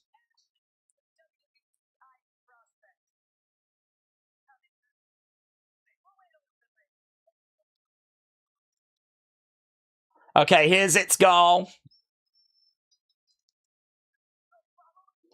There we go. The Riz is following the rules. He's like, do you want a light? She's like, maybe not inside. Maybe a bit later. It's goal.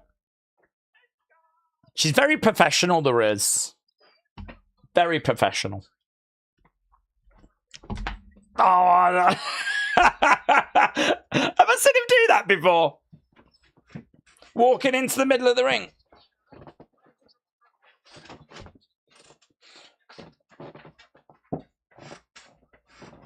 Big Daddy Reds. Mate. Get the It's Goal merch up now. Why am I still sat here waiting? Let's go. It's goal. This is my guy. No one else seems to care about It's Goal. I am going to be the only one flying the flag.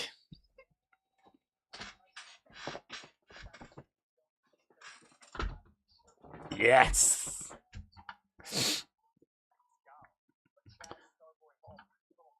Starboy jumping in.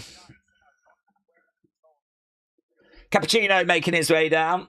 It's Goal in the ring. Cappuccino really leaning into this. Has been for about a month now. New look. Got a bit of a throw on the go. I kind of like it. I think his music needs to reflect, and the graphics need to reflect this more 70s style that he's going for. I like it. Here's Starboy. Irana saying that they're not even going to negotiate now, said Pat. So it's going to be a long winter. Oh, are they? Oh, my God.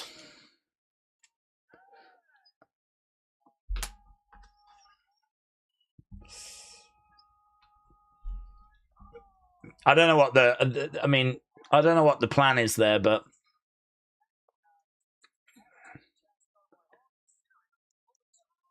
It certainly does not seem to be going brilliant at the moment.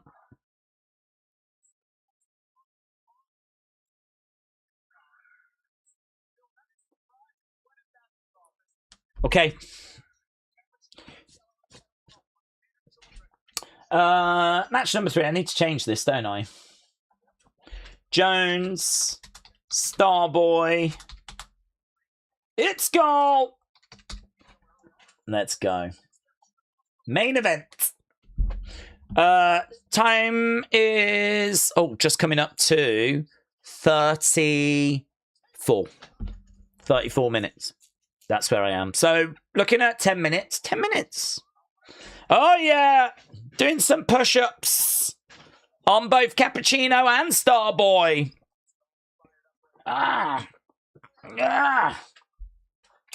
Miami Max said, I've got it. Cappuccino is from Coffeeville, Kansas.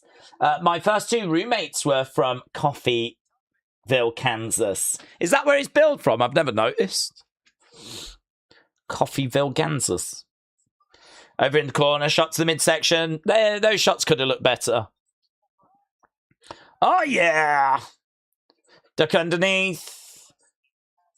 It's funny, actually, because It's Goal's got, like, a very Miami Vice vibe. 80s.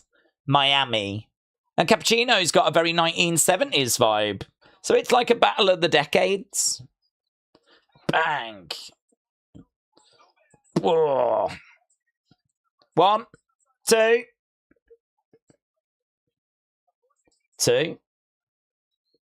Right now, Starboy in the middle, charging over. Flipping over It's Goal. Starboy coming in. It's Goal grabs him. It's Goal goes over.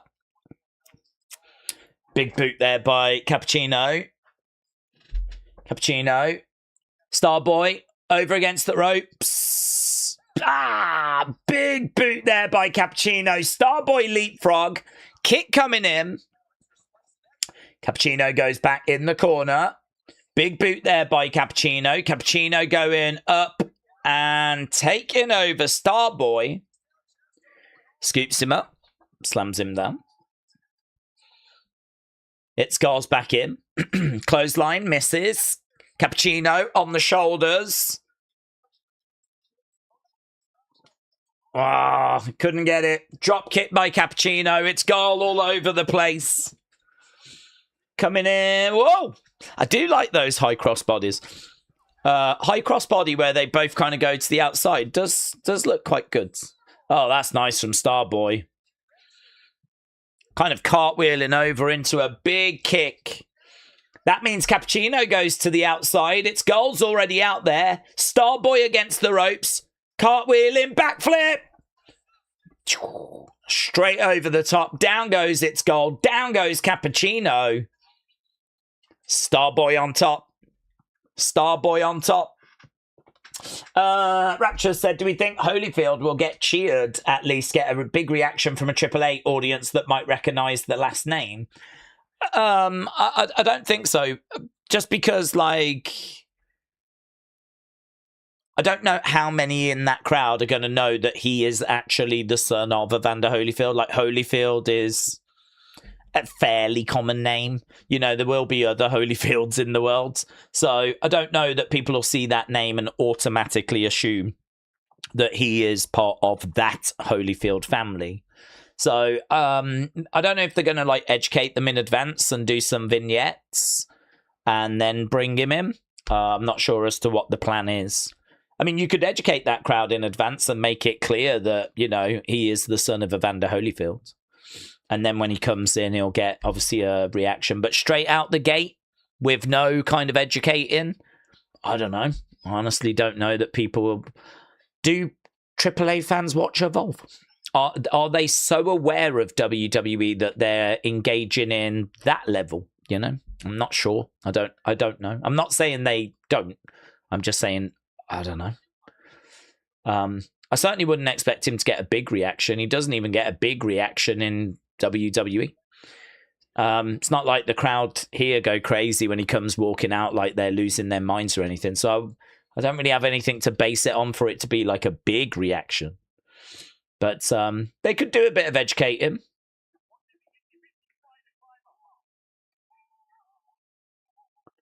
Nation's Dumbest on Fox. Okay, we're at 37:38. That looked all right. I'd probably watch that. Nation's Dumbest. That's an advert that I had. Kick there by Starboy. Down goes its goal. Starboy twisting center. TJF said, Daze, we had tag team High Energy. Now we got Cappuccino and El Grande. That tag team could be called High Caffeine. Do you know, it'd be fun to see them two together, actually, TJF. Cappuccino Jones and El Grande. It's probably not impossible either.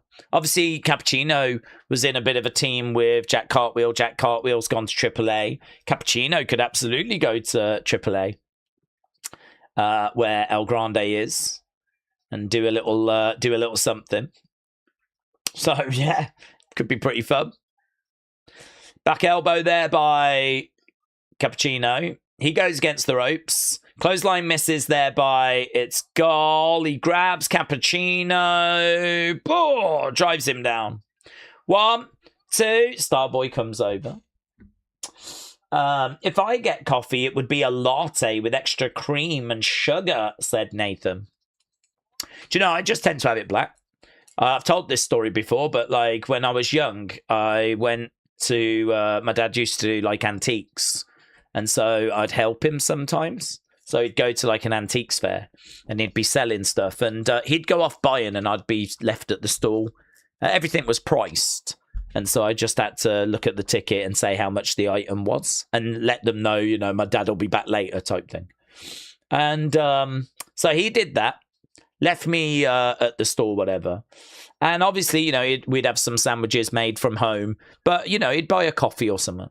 And I swear this is true. I heard him order a black coffee. Coffee, black, nothing in it, right?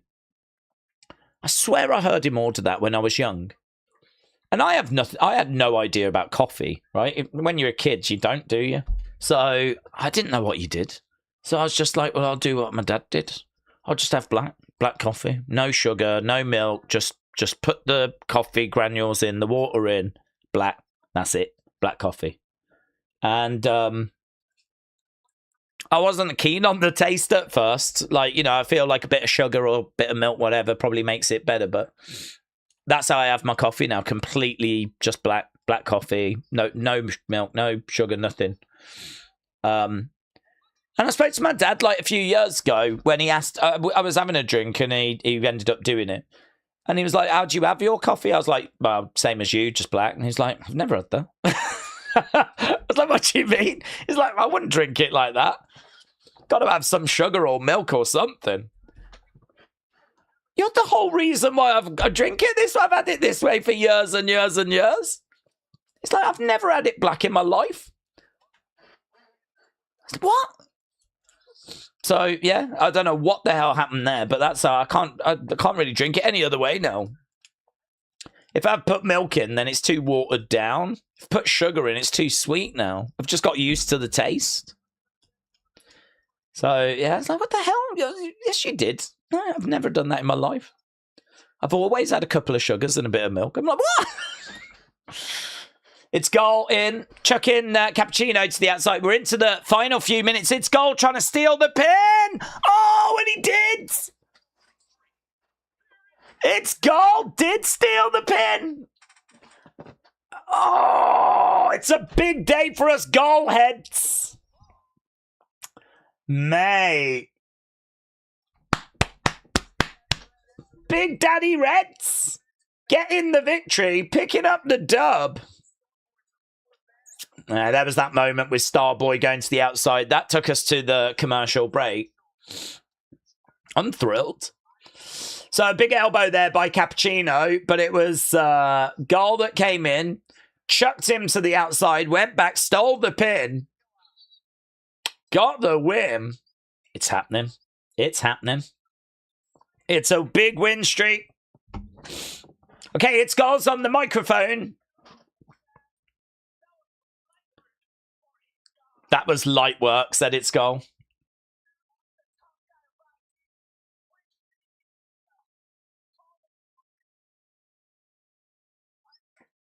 He turns his attention to Harlem Lewis. Yeah, dummy.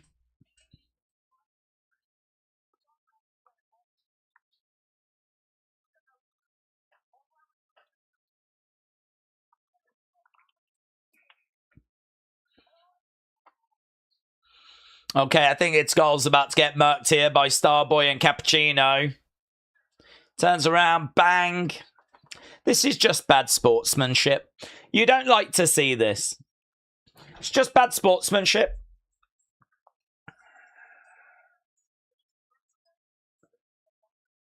Well, its goal has turned its attention to Harlem Lewis. Now Starboy and Cappuccino are kind of turning their attention on each other.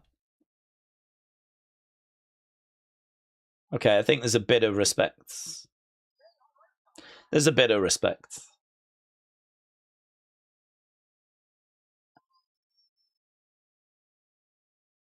Cappuccino says, run the Starboy music.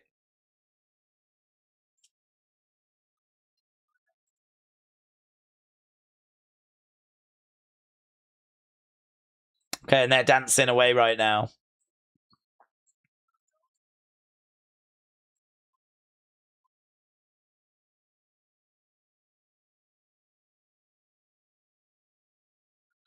I maybe didn't need the ending of the episode, but either way, they gave me an It's Goal victory, and I'll take that all day, every day. So, not the strongest episode of Evolve.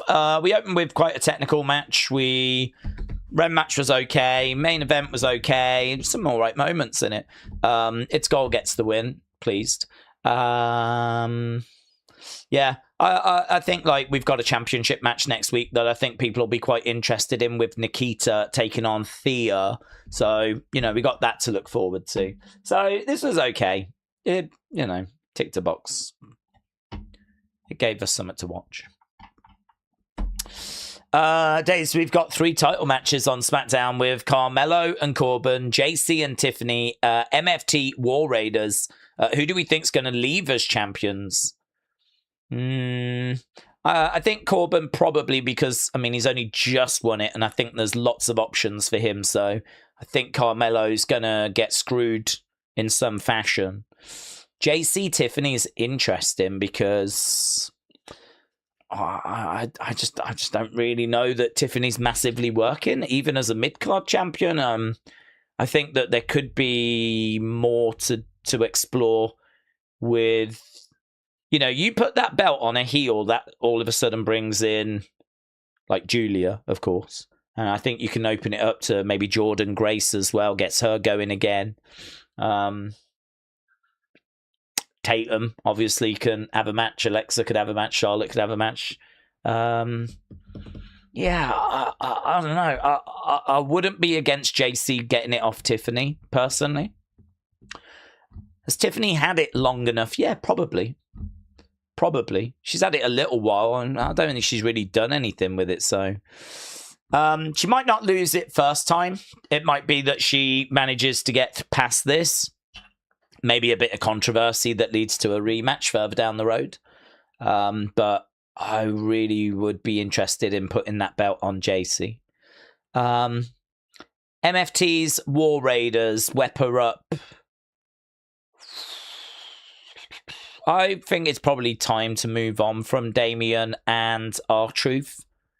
So I would go MFTs. I think they're the most interesting, with Haku being the manager. I think I'd go with them. I think the reason why I feel like we're probably moving on from Damien and R-Truth is because Damien's doing some stuff in AAA now. I think he can sort of focus his attention there like Ludwig has and like Chad did. And I think, like, you know, he can focus a bit more over there. I don't know that he needs to be in... And R-Truth will be fine. R-Truth can just do some comedy bits, you know. You got Danhausen on Raw doing comedy. You got R-Truth, he can do comedy bits on SmackDown. So, yeah, I'd probably move on. So, I think I would probably change one title, the tag titles. I would probably set up a rematch for JC Tiffany, keep the belt on Tiffany for now, but that being a feud. And I'd I just don't think that it's right to go with Carmelo at the moment. I know that people really like Carmelo, but I mean, Corbin just won it, and I'm sure he won it for a reason. I don't think that reason was to drop it to Carmelo. I think this really brings in Ilya and Johnny Gargano and a few others as well that can kind of go after that mid-card title now that a heel has got it. So I think I'd keep going with Corbin, personally. But at least that's going to set up a very interesting SmackDown. At least that gives us something to look forward to on Friday. Some championship matches. Tiffany feels like she's hit a brick wall. Carmelo, Lyra have been around just as long as Tiffany has. Tiffany's gotten everything out of the tank. Yeah, I don't know what we do with Tiffany. I don't know. This is where it goes to the conversation around what's the support for this talent, you know? Where's the support for them? I mean, she was starting to feel a little bit stale last year. She went away, came back. Was it the Rumble? She came back, but came back like earlier this year. And I can't really say that there's anything there. Perhaps we need to dig into the character. Perhaps we need to explore, you know, a bit more of her character. Perhaps we need to evolve the character a little bit. Because I agree, I don't find much interest in at the moment there. I'd definitely be more interested in going a different direction. Is that unfair to Tiffany? I don't know. I don't know if it's unfair or if it's just a case that it's run its course and we've got to do something different now. Could be fixed with creative. It might not be that she needs to, like, you know, go to NXT again or anything. It could be that we just need to dig into the character. We need to put her into some interesting situations. I suppose it's hard for her at the moment because what is she doing at the moment? What is she doing that's really that interesting? What can her character even respond to? I mean, there was a little bit where she was around Chelsea and she didn't really want to be around Chelsea, but seemingly now she is with Chelsea. Although she did want to say something to Chelsea the other day and they got interrupted. Maybe there's something that could be explored there. But I just don't think there's much mystery or intrigue or character evolution or character depth really at the moment with Tiffany. So I think there's definitely some work to be done there. I don't mind if we take the belt off her whilst we do that work. You might even be able to do it while she's got the belt, though. But I'm way more excited by JC and Fatal Influence and the dynamic of that group. Plus, they're heels, so it doesn't really matter so much if you're a heel and you haven't got, like, character depth. Because, I mean, you just come out and you're just moody. You come out, you're moody, you get the crowd to boo you. It's really for the babyface to sort of win the crowd over. It's the babyface that has to do more of the work. The heel has the fun of riling up the crowds, getting the heat. It's the babyface that has to do the work of, like, getting the sympathy, getting the support. So Tiffany at the moment is a babyface. So really she's, you know, they need to be doing more work with her to make that connection with the fans stronger. It's not that strong with me at the moment. I don't dislike her or anything. I think we're probably a lot of us in the same boat where it's like... Andy said, do we think KO will be allowed to just be let loose on Punk? I think his talking segments could be all-timers if he's allowed. Yeah, it's interesting, isn't it? Because, I mean, we said, didn't we, about how, like, with Big Cass and Corey, there's, like, an understandable situation there where... You know, clearly Corey's in a situation he's not thrilled about being in, but, you know, you have to deal with those situations. And I think that there is, like, some real life history between KO and CM Punk. I don't know all of it. I just know certain things that have been said historically. So, but I don't know that, you know, both of these are very experienced. They've been round the block. Kevin actually is just coming back from a career-threatening injury.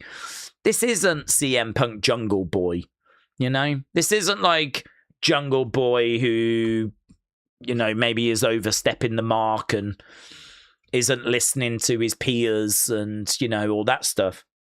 This is two pros that have been around in this industry for a long, long time. You would like to think that both of them could deal with if this started to get a bit more real. I mean, I there was a bit of criticism for the first promo between them. I wasn't critical about it because I feel like they gave you a promo that was quite safe. Kind of like, we're not going to go too far. We're not going to, you know, there's things that can be said here, but we're just going to feel this out now. It was very engaging. I was very interested to know what was going to get said. And of course, there was a little heat at the end, you know, I'm thankful that I'm nothing like you. And, you know, he kind of went off on him at the very end, Kevin, going off on Punk. That might be the spark that actually makes the next promo exchange that little bit more heated. This could be a promo exchange that builds. So the first one might have been fairly subdued and actually disappointed people. But the point I was making is, why go in with all your fireworks, your best fireworks at the beginning? Like, you know, if you go to a firework display, it builds obviously to the big conclusion. And actually, we've seen it time and time again where it's, you know, quite good, the first promo exchange, but then after that, it just feels like nothing new is added. Whereas actually, I'm hoping that they've taken a different approach here. They've gone a bit slow, safe. You know, everyone's going to be excited for that first one. What the hell are they going to say? We kind of came away going, oh, it was cagey. No one really said anything apart from Kevin at the very end. No one really overstepped that mark, in my opinion. But obviously, this could set up the next verbal exchange where we could go a little bit further. So I hope we do. I hope we do go that little bit further. I think they are capable of doing it. Again, professional. You'd like to think they're working together behind the scenes. You'd like to think they're just checking, can this get said? Can that get said? Or it might be, listen, I'm a grown-ass man. You can say whatever you want. I ain't going to get offended. But you got to know, if you're going to give it, you got to take it. Because if it's going to be gloves off, that's fine. I'm here for the business. I'm here for the money. I'm here for the moments. But if you're going to fire at me, I'm firing back. And if they've got that gentleman's agreement of, you know, all's fair in love and war, I think Kevin and CM Punk should be professional enough to pull that off. Obviously, that was not the case when it came to Charlotte and Tiffany, but to be honest, I don't even think that conversation happened between Charlotte and Tiffany. I'm still to this day of the opinion that Tiffany was just there to do the segment that was planned, and it was Charlotte that made it difficult, and it was Charlotte that kind of got a bit jealous of Tiffany trying to take her spot. So she kind of took things, you know. If you're a new talent like Tiffany and you're trying to deliver your lines, having the other person jump in and say some stuff like, you know, before you've been able to deliver it, or jump in when you're kind of trying to deliver your lines, kind of like, you know, not giving you the room to breathe.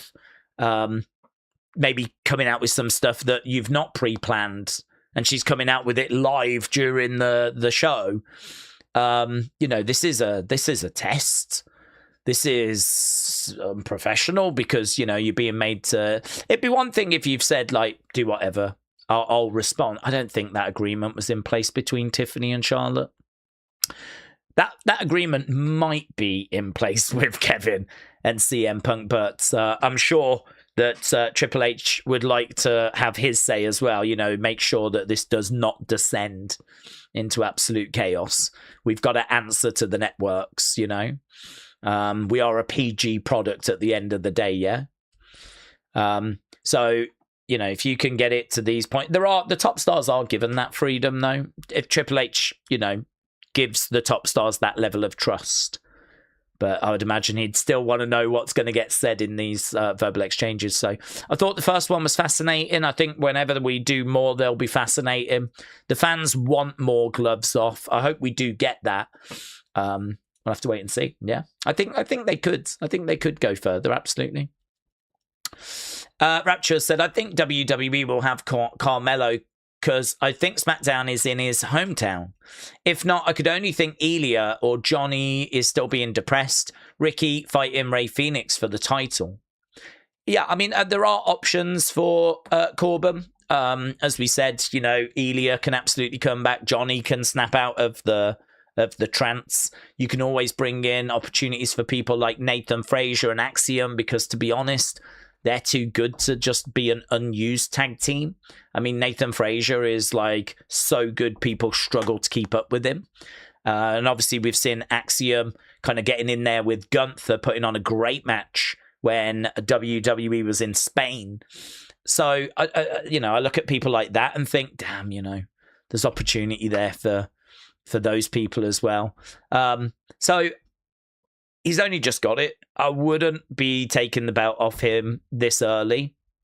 I think that Carmelo can absolutely get into a feud with someone. Carmelo shouldn't be sat on the sidelines, you know, any more than he already has been. He can get into a program with someone, into a feud with someone. Doesn't necessarily need to be around the championship. But again, it's just going to bring us back to the conversation of how tight we are for time. You know, we've already heard about like what we're doing with Blake, what we're doing with Julia. And now here we are having a conversation about what we're doing with Carmelo, what we're doing with, you know, Johnny Gargano. We can't keep planking backstage. And it's like, yeah, I agree.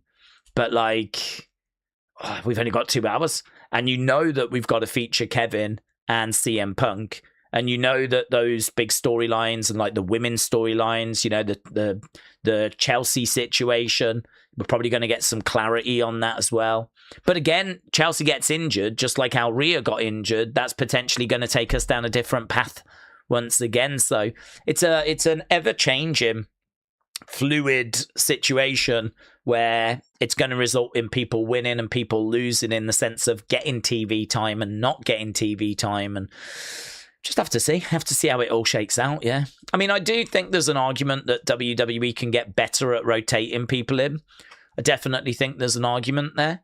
I definitely think the mid-card talent that missed out in the build to SummerSlam ideally should be getting a spotlight now, right? I think there is like a conversation that could be had there. How you would structure that, I'm not sure. And that would be a very interesting conversation to have with Triple H, actually.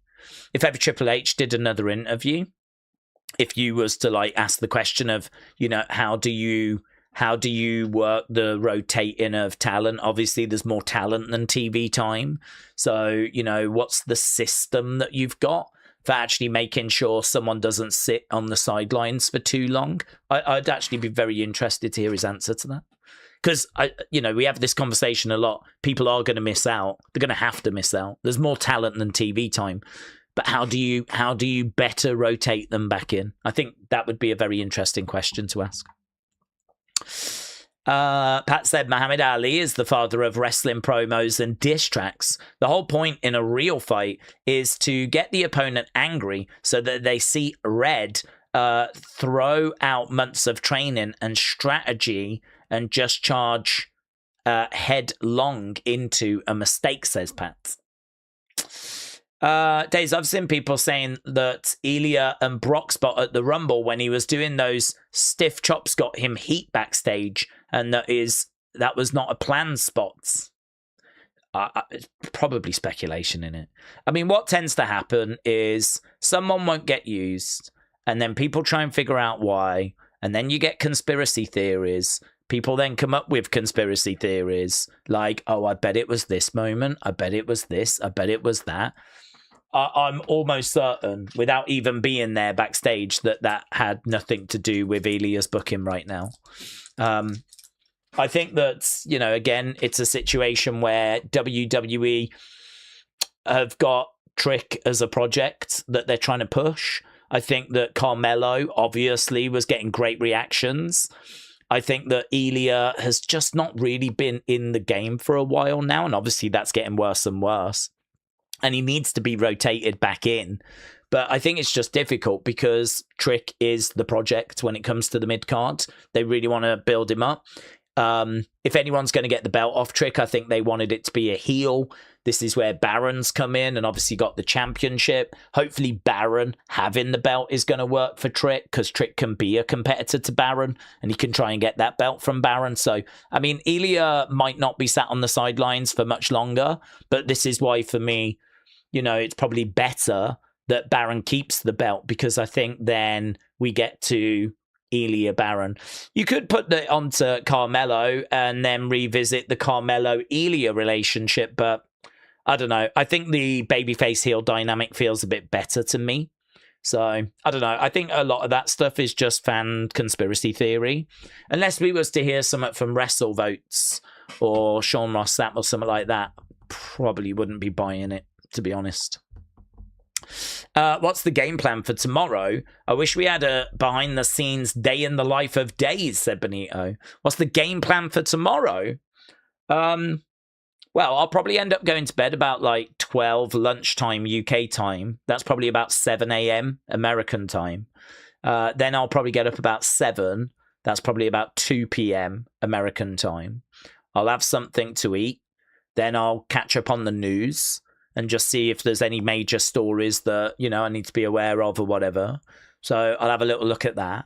I've got a member stream at, I think it's 10:30. I'll need to start at 10 though, just to get that prepped. Just find the match. It's a watch along, so I need to find the match and bits like that. There's normally some notifications to have a little look at as well before 10 and things along those lines, but it's not a very big window where I can really achieve much. It's not like I can do tons of research, tons of work. You know, from the moment I've had dinner to the moment I sit down here, I've probably got less than 2 hours to, you know, do whatever. Then obviously it's a member stream. That'll finish at 11. Then I've got another weird little window of about an hour and 45 minutes until the Wrestling Escape Pods. So again, at that point, I'll probably start doing some research for UFC. If I don't do it tonight, I'll do it tomorrow.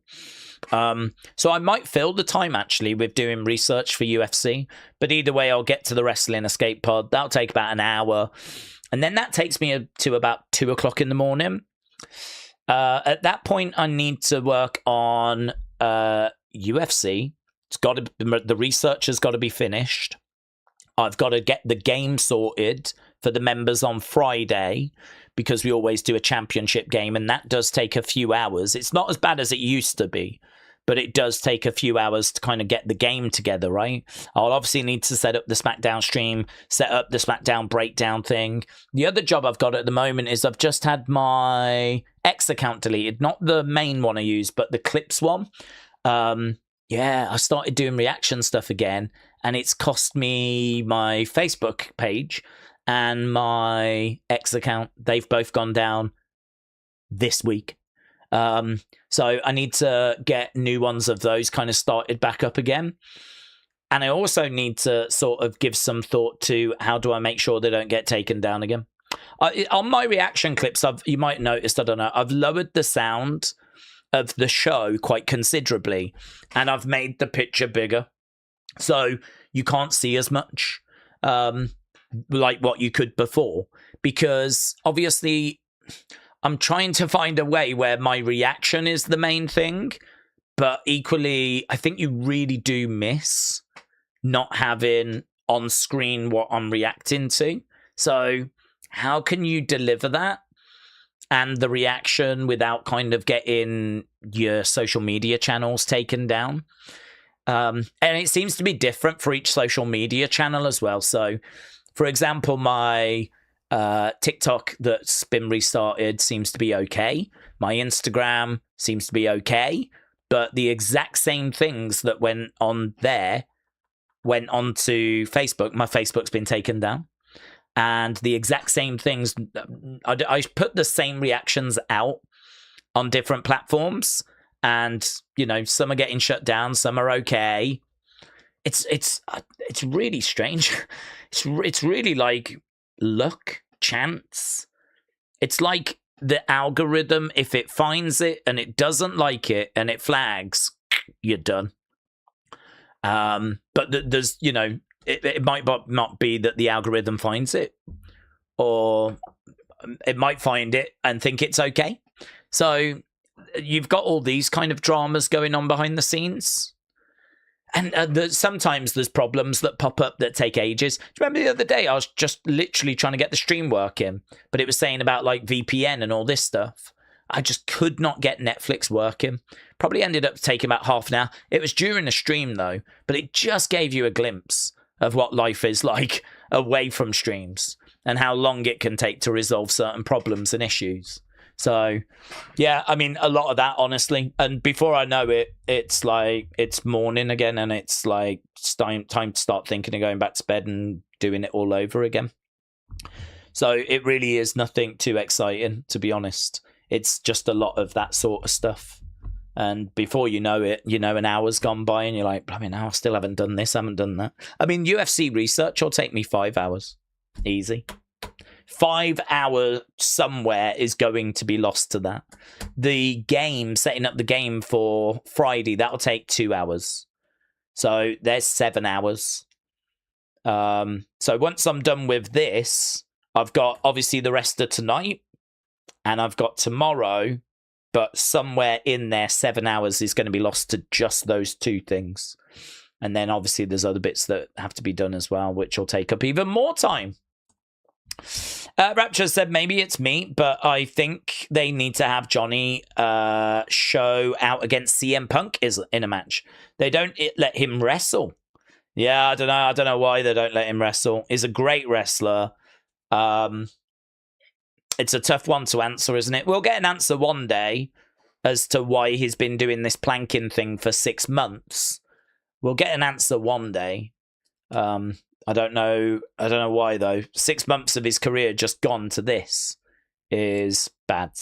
There's no defending this. There's no defending this. Again, it comes back to rotating. You know, if you're frustrated at Blake and you're frustrated at Elia and Jordan and all this. I mean, they've had Johnny do this for 6 months, and they haven't even cut him. I mean, he wasn't part of the last round of cuts. So, I mean, they must value him. They must see something in him. There must be something that they like. So, yeah, well, we'll find out one day. Word Live Cine Fan said, could we see Zilla move up to Raw or SmackDown before Mania or after? Rumours of Zilla keeping his name. Yeah, I think he will keep his name. His name was on the shirt, so I think he will keep his name. In regards to, will he go up before Mania? I don't think so. I think that he's come in fairly towards the end of this year. We got about 4 months left of this year. September, October, November, December. We don't really do anything that big. I certainly wouldn't see him coming up before Mania. I don't feel like we would need him. He might make his presence felt at Mania, you know. If we do say Roman, Rock, whatever, you know, Zilla could make his presence felt at Mania. I don't think he needs to come up and be part of the build for Mania. I think that probably after Mania. I could see him being, you know, one of those Raw after Mania surprises, one of those moments, you know. I could see that. But I don't even know if he'd come up then, to be honest. I mean, there's a bigger issue, which is I don't think he's quite where people think he is. I think that there's a lot of work to be done with him because he's not joining us from AEW or MLW or, you know, one of those kind of promotions. He's been doing a lot of indie work. It's very different to WWE. The expectation is different. The size of the crowds are different. Working the hard cam and all of that, it's different. The WWE expectations, I think there's going to be some refining. I mean, people that work the indies tend to come in and go to Evolve. You know, I mean, like Sean Legacy works the indies. Starboy works the indies. A lot of that ID talent, Cappuccino Jones, it's Gall. You know, all of these people work the indies and they go to Evolve, spend time in Evolve and then go to NXT. He's kind of skipped the Evolve level, which is understandable. But I don't know that he's like ready for Raw and SmackDown and all of that sort of stuff. I think there's work to be done with him. And I don't see any reason as to why that work would conclude before WrestleMania. So, no, for me, I could see it being post-Mania. That's kind of what I've got penciled in. I would even say it to him as well. I'd be like, look, obviously we don't know what's going to happen because we don't know what the main roster is going to need, and we don't know how quick you're going to progress now that you're here. But I would work under the assumption you're here until at least post-Mania. And I would really focus him on get your head down, improve. Don't think that you're working towards a call-up. You know, that's going to happen, right? You shouldn't take it for granted, but just presume it's going to happen. You're working towards being the best version of yourself. You're working so that when you go to the main roster, you're not just ready. You're going to kill it, you know? It's not about just being prepared for it. It's about they can't deny you anymore. You've got to be there because they need you. It's not about being ready for the caller. It's about them needing you because you're that good. There's so much buzz around you, so much hype around you. They've got to bring you up, and the skills are there in order for them to do it. This is a conversation I would have with him if it was his first day. I'd be selling him the vision, you know, get your head down. If I say be here at 7, you're here at 6. If I say we're done at 5, you leave at 6. Like, you give me everything you've got and more. And in return, we will, train you up and give you everything in return. And it's not about being ready. It's about, going well beyond that. And, don't get distracted thinking, am I going to be in the Rumble? Am I going to be at WrestleMania? Just presume you're not. And presume that you're in NXT until at least WrestleMania. Head down and just work. Work like a dog. Just work. And, you'll be ready. You'll be in a great place. He's still young as well, isn't he? I mean, he's got so much to offer. I mean, I think it's good that there are people that want him to go straight to the main roster, but that's not the conversation you have with him. I hope he doesn't get impatient because the fans, his fans, get impatient. They should be impatient. They should be demanding that he goes up, right? That's a strength of his, is having that kind of fan base that wants to see him up there. But for him, behind closed doors, we need to make sure that you've got the tools. We need to make sure that you're not going to be Tiffany. You're not going to go up and be, a bit two-dimensional, show everything you've got, and then people are going to get bored. We need to give you the proper tools where you can go up there and just work with anyone, and it's all going to be great. And yeah, that might take some time. It also might not, It might be a case he gets in there and like a duck to water just kills it. I really would be thinking post-Mania, though. Faith said, I'm wondering if there's a health problem with Johnny because he does do LFG, but I've not seen him get in the ring. Well, I hope not. I think it'd be good if, we were told if there was, because at the moment there's a lot of frustration and a lot of heat that's going to creative. Whereas if we knew he was injured, then at least we would know the situation. So it would be quite kind of good if word came out, but whatever. It's one of those where we're not owed anything. It's when it comes to that sort of stuff, if they want us to know, we'll obviously find out. If they want to keep it private, then they'll keep it private. So I hope it isn't. But you could be correct. It might turn out that there is something going on there.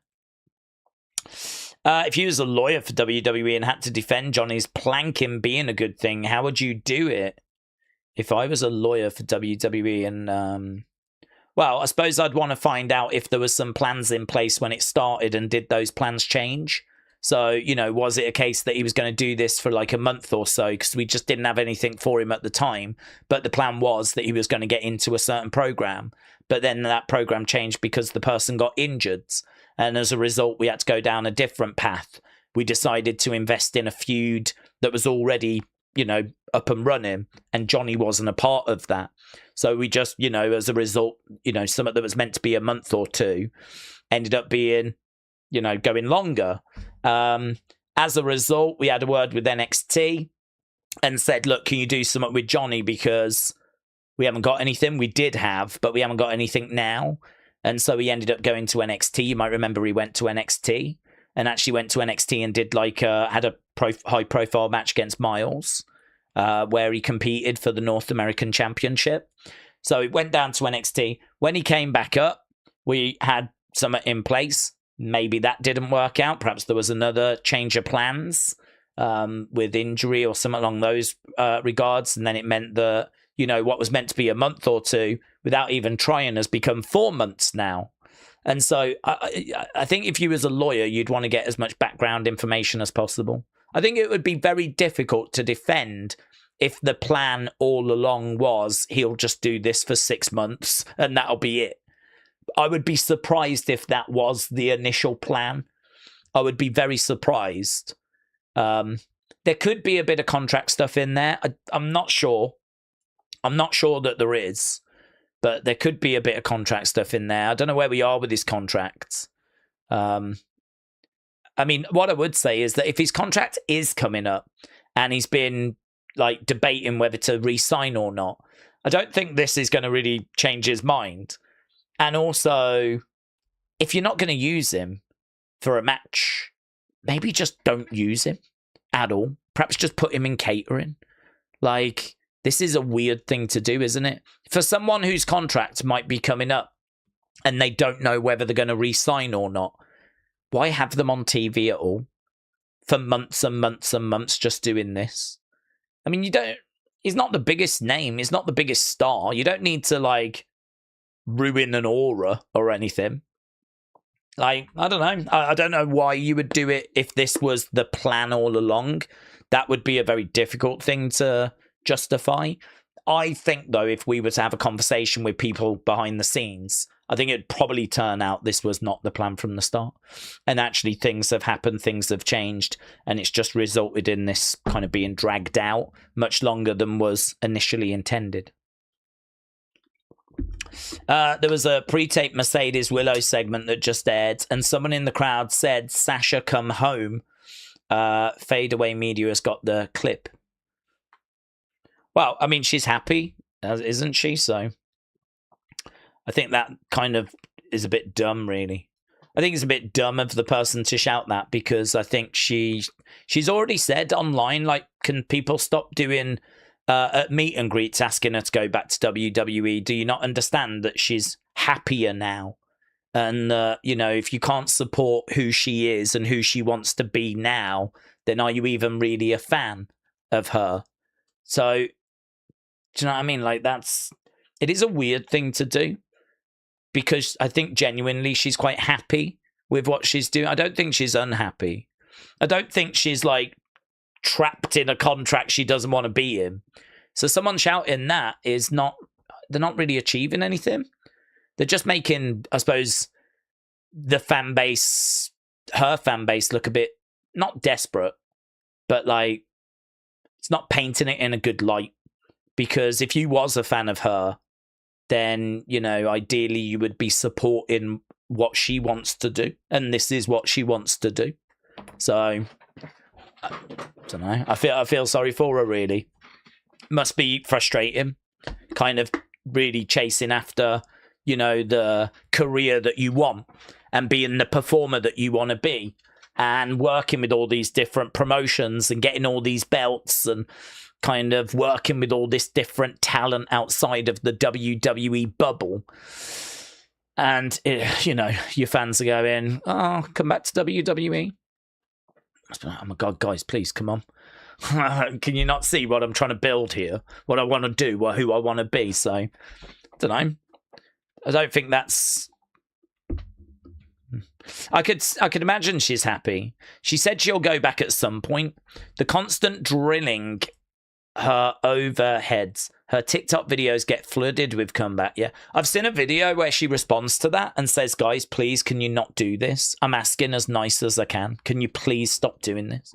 I mean, obviously, it's only going to encourage people to do it more.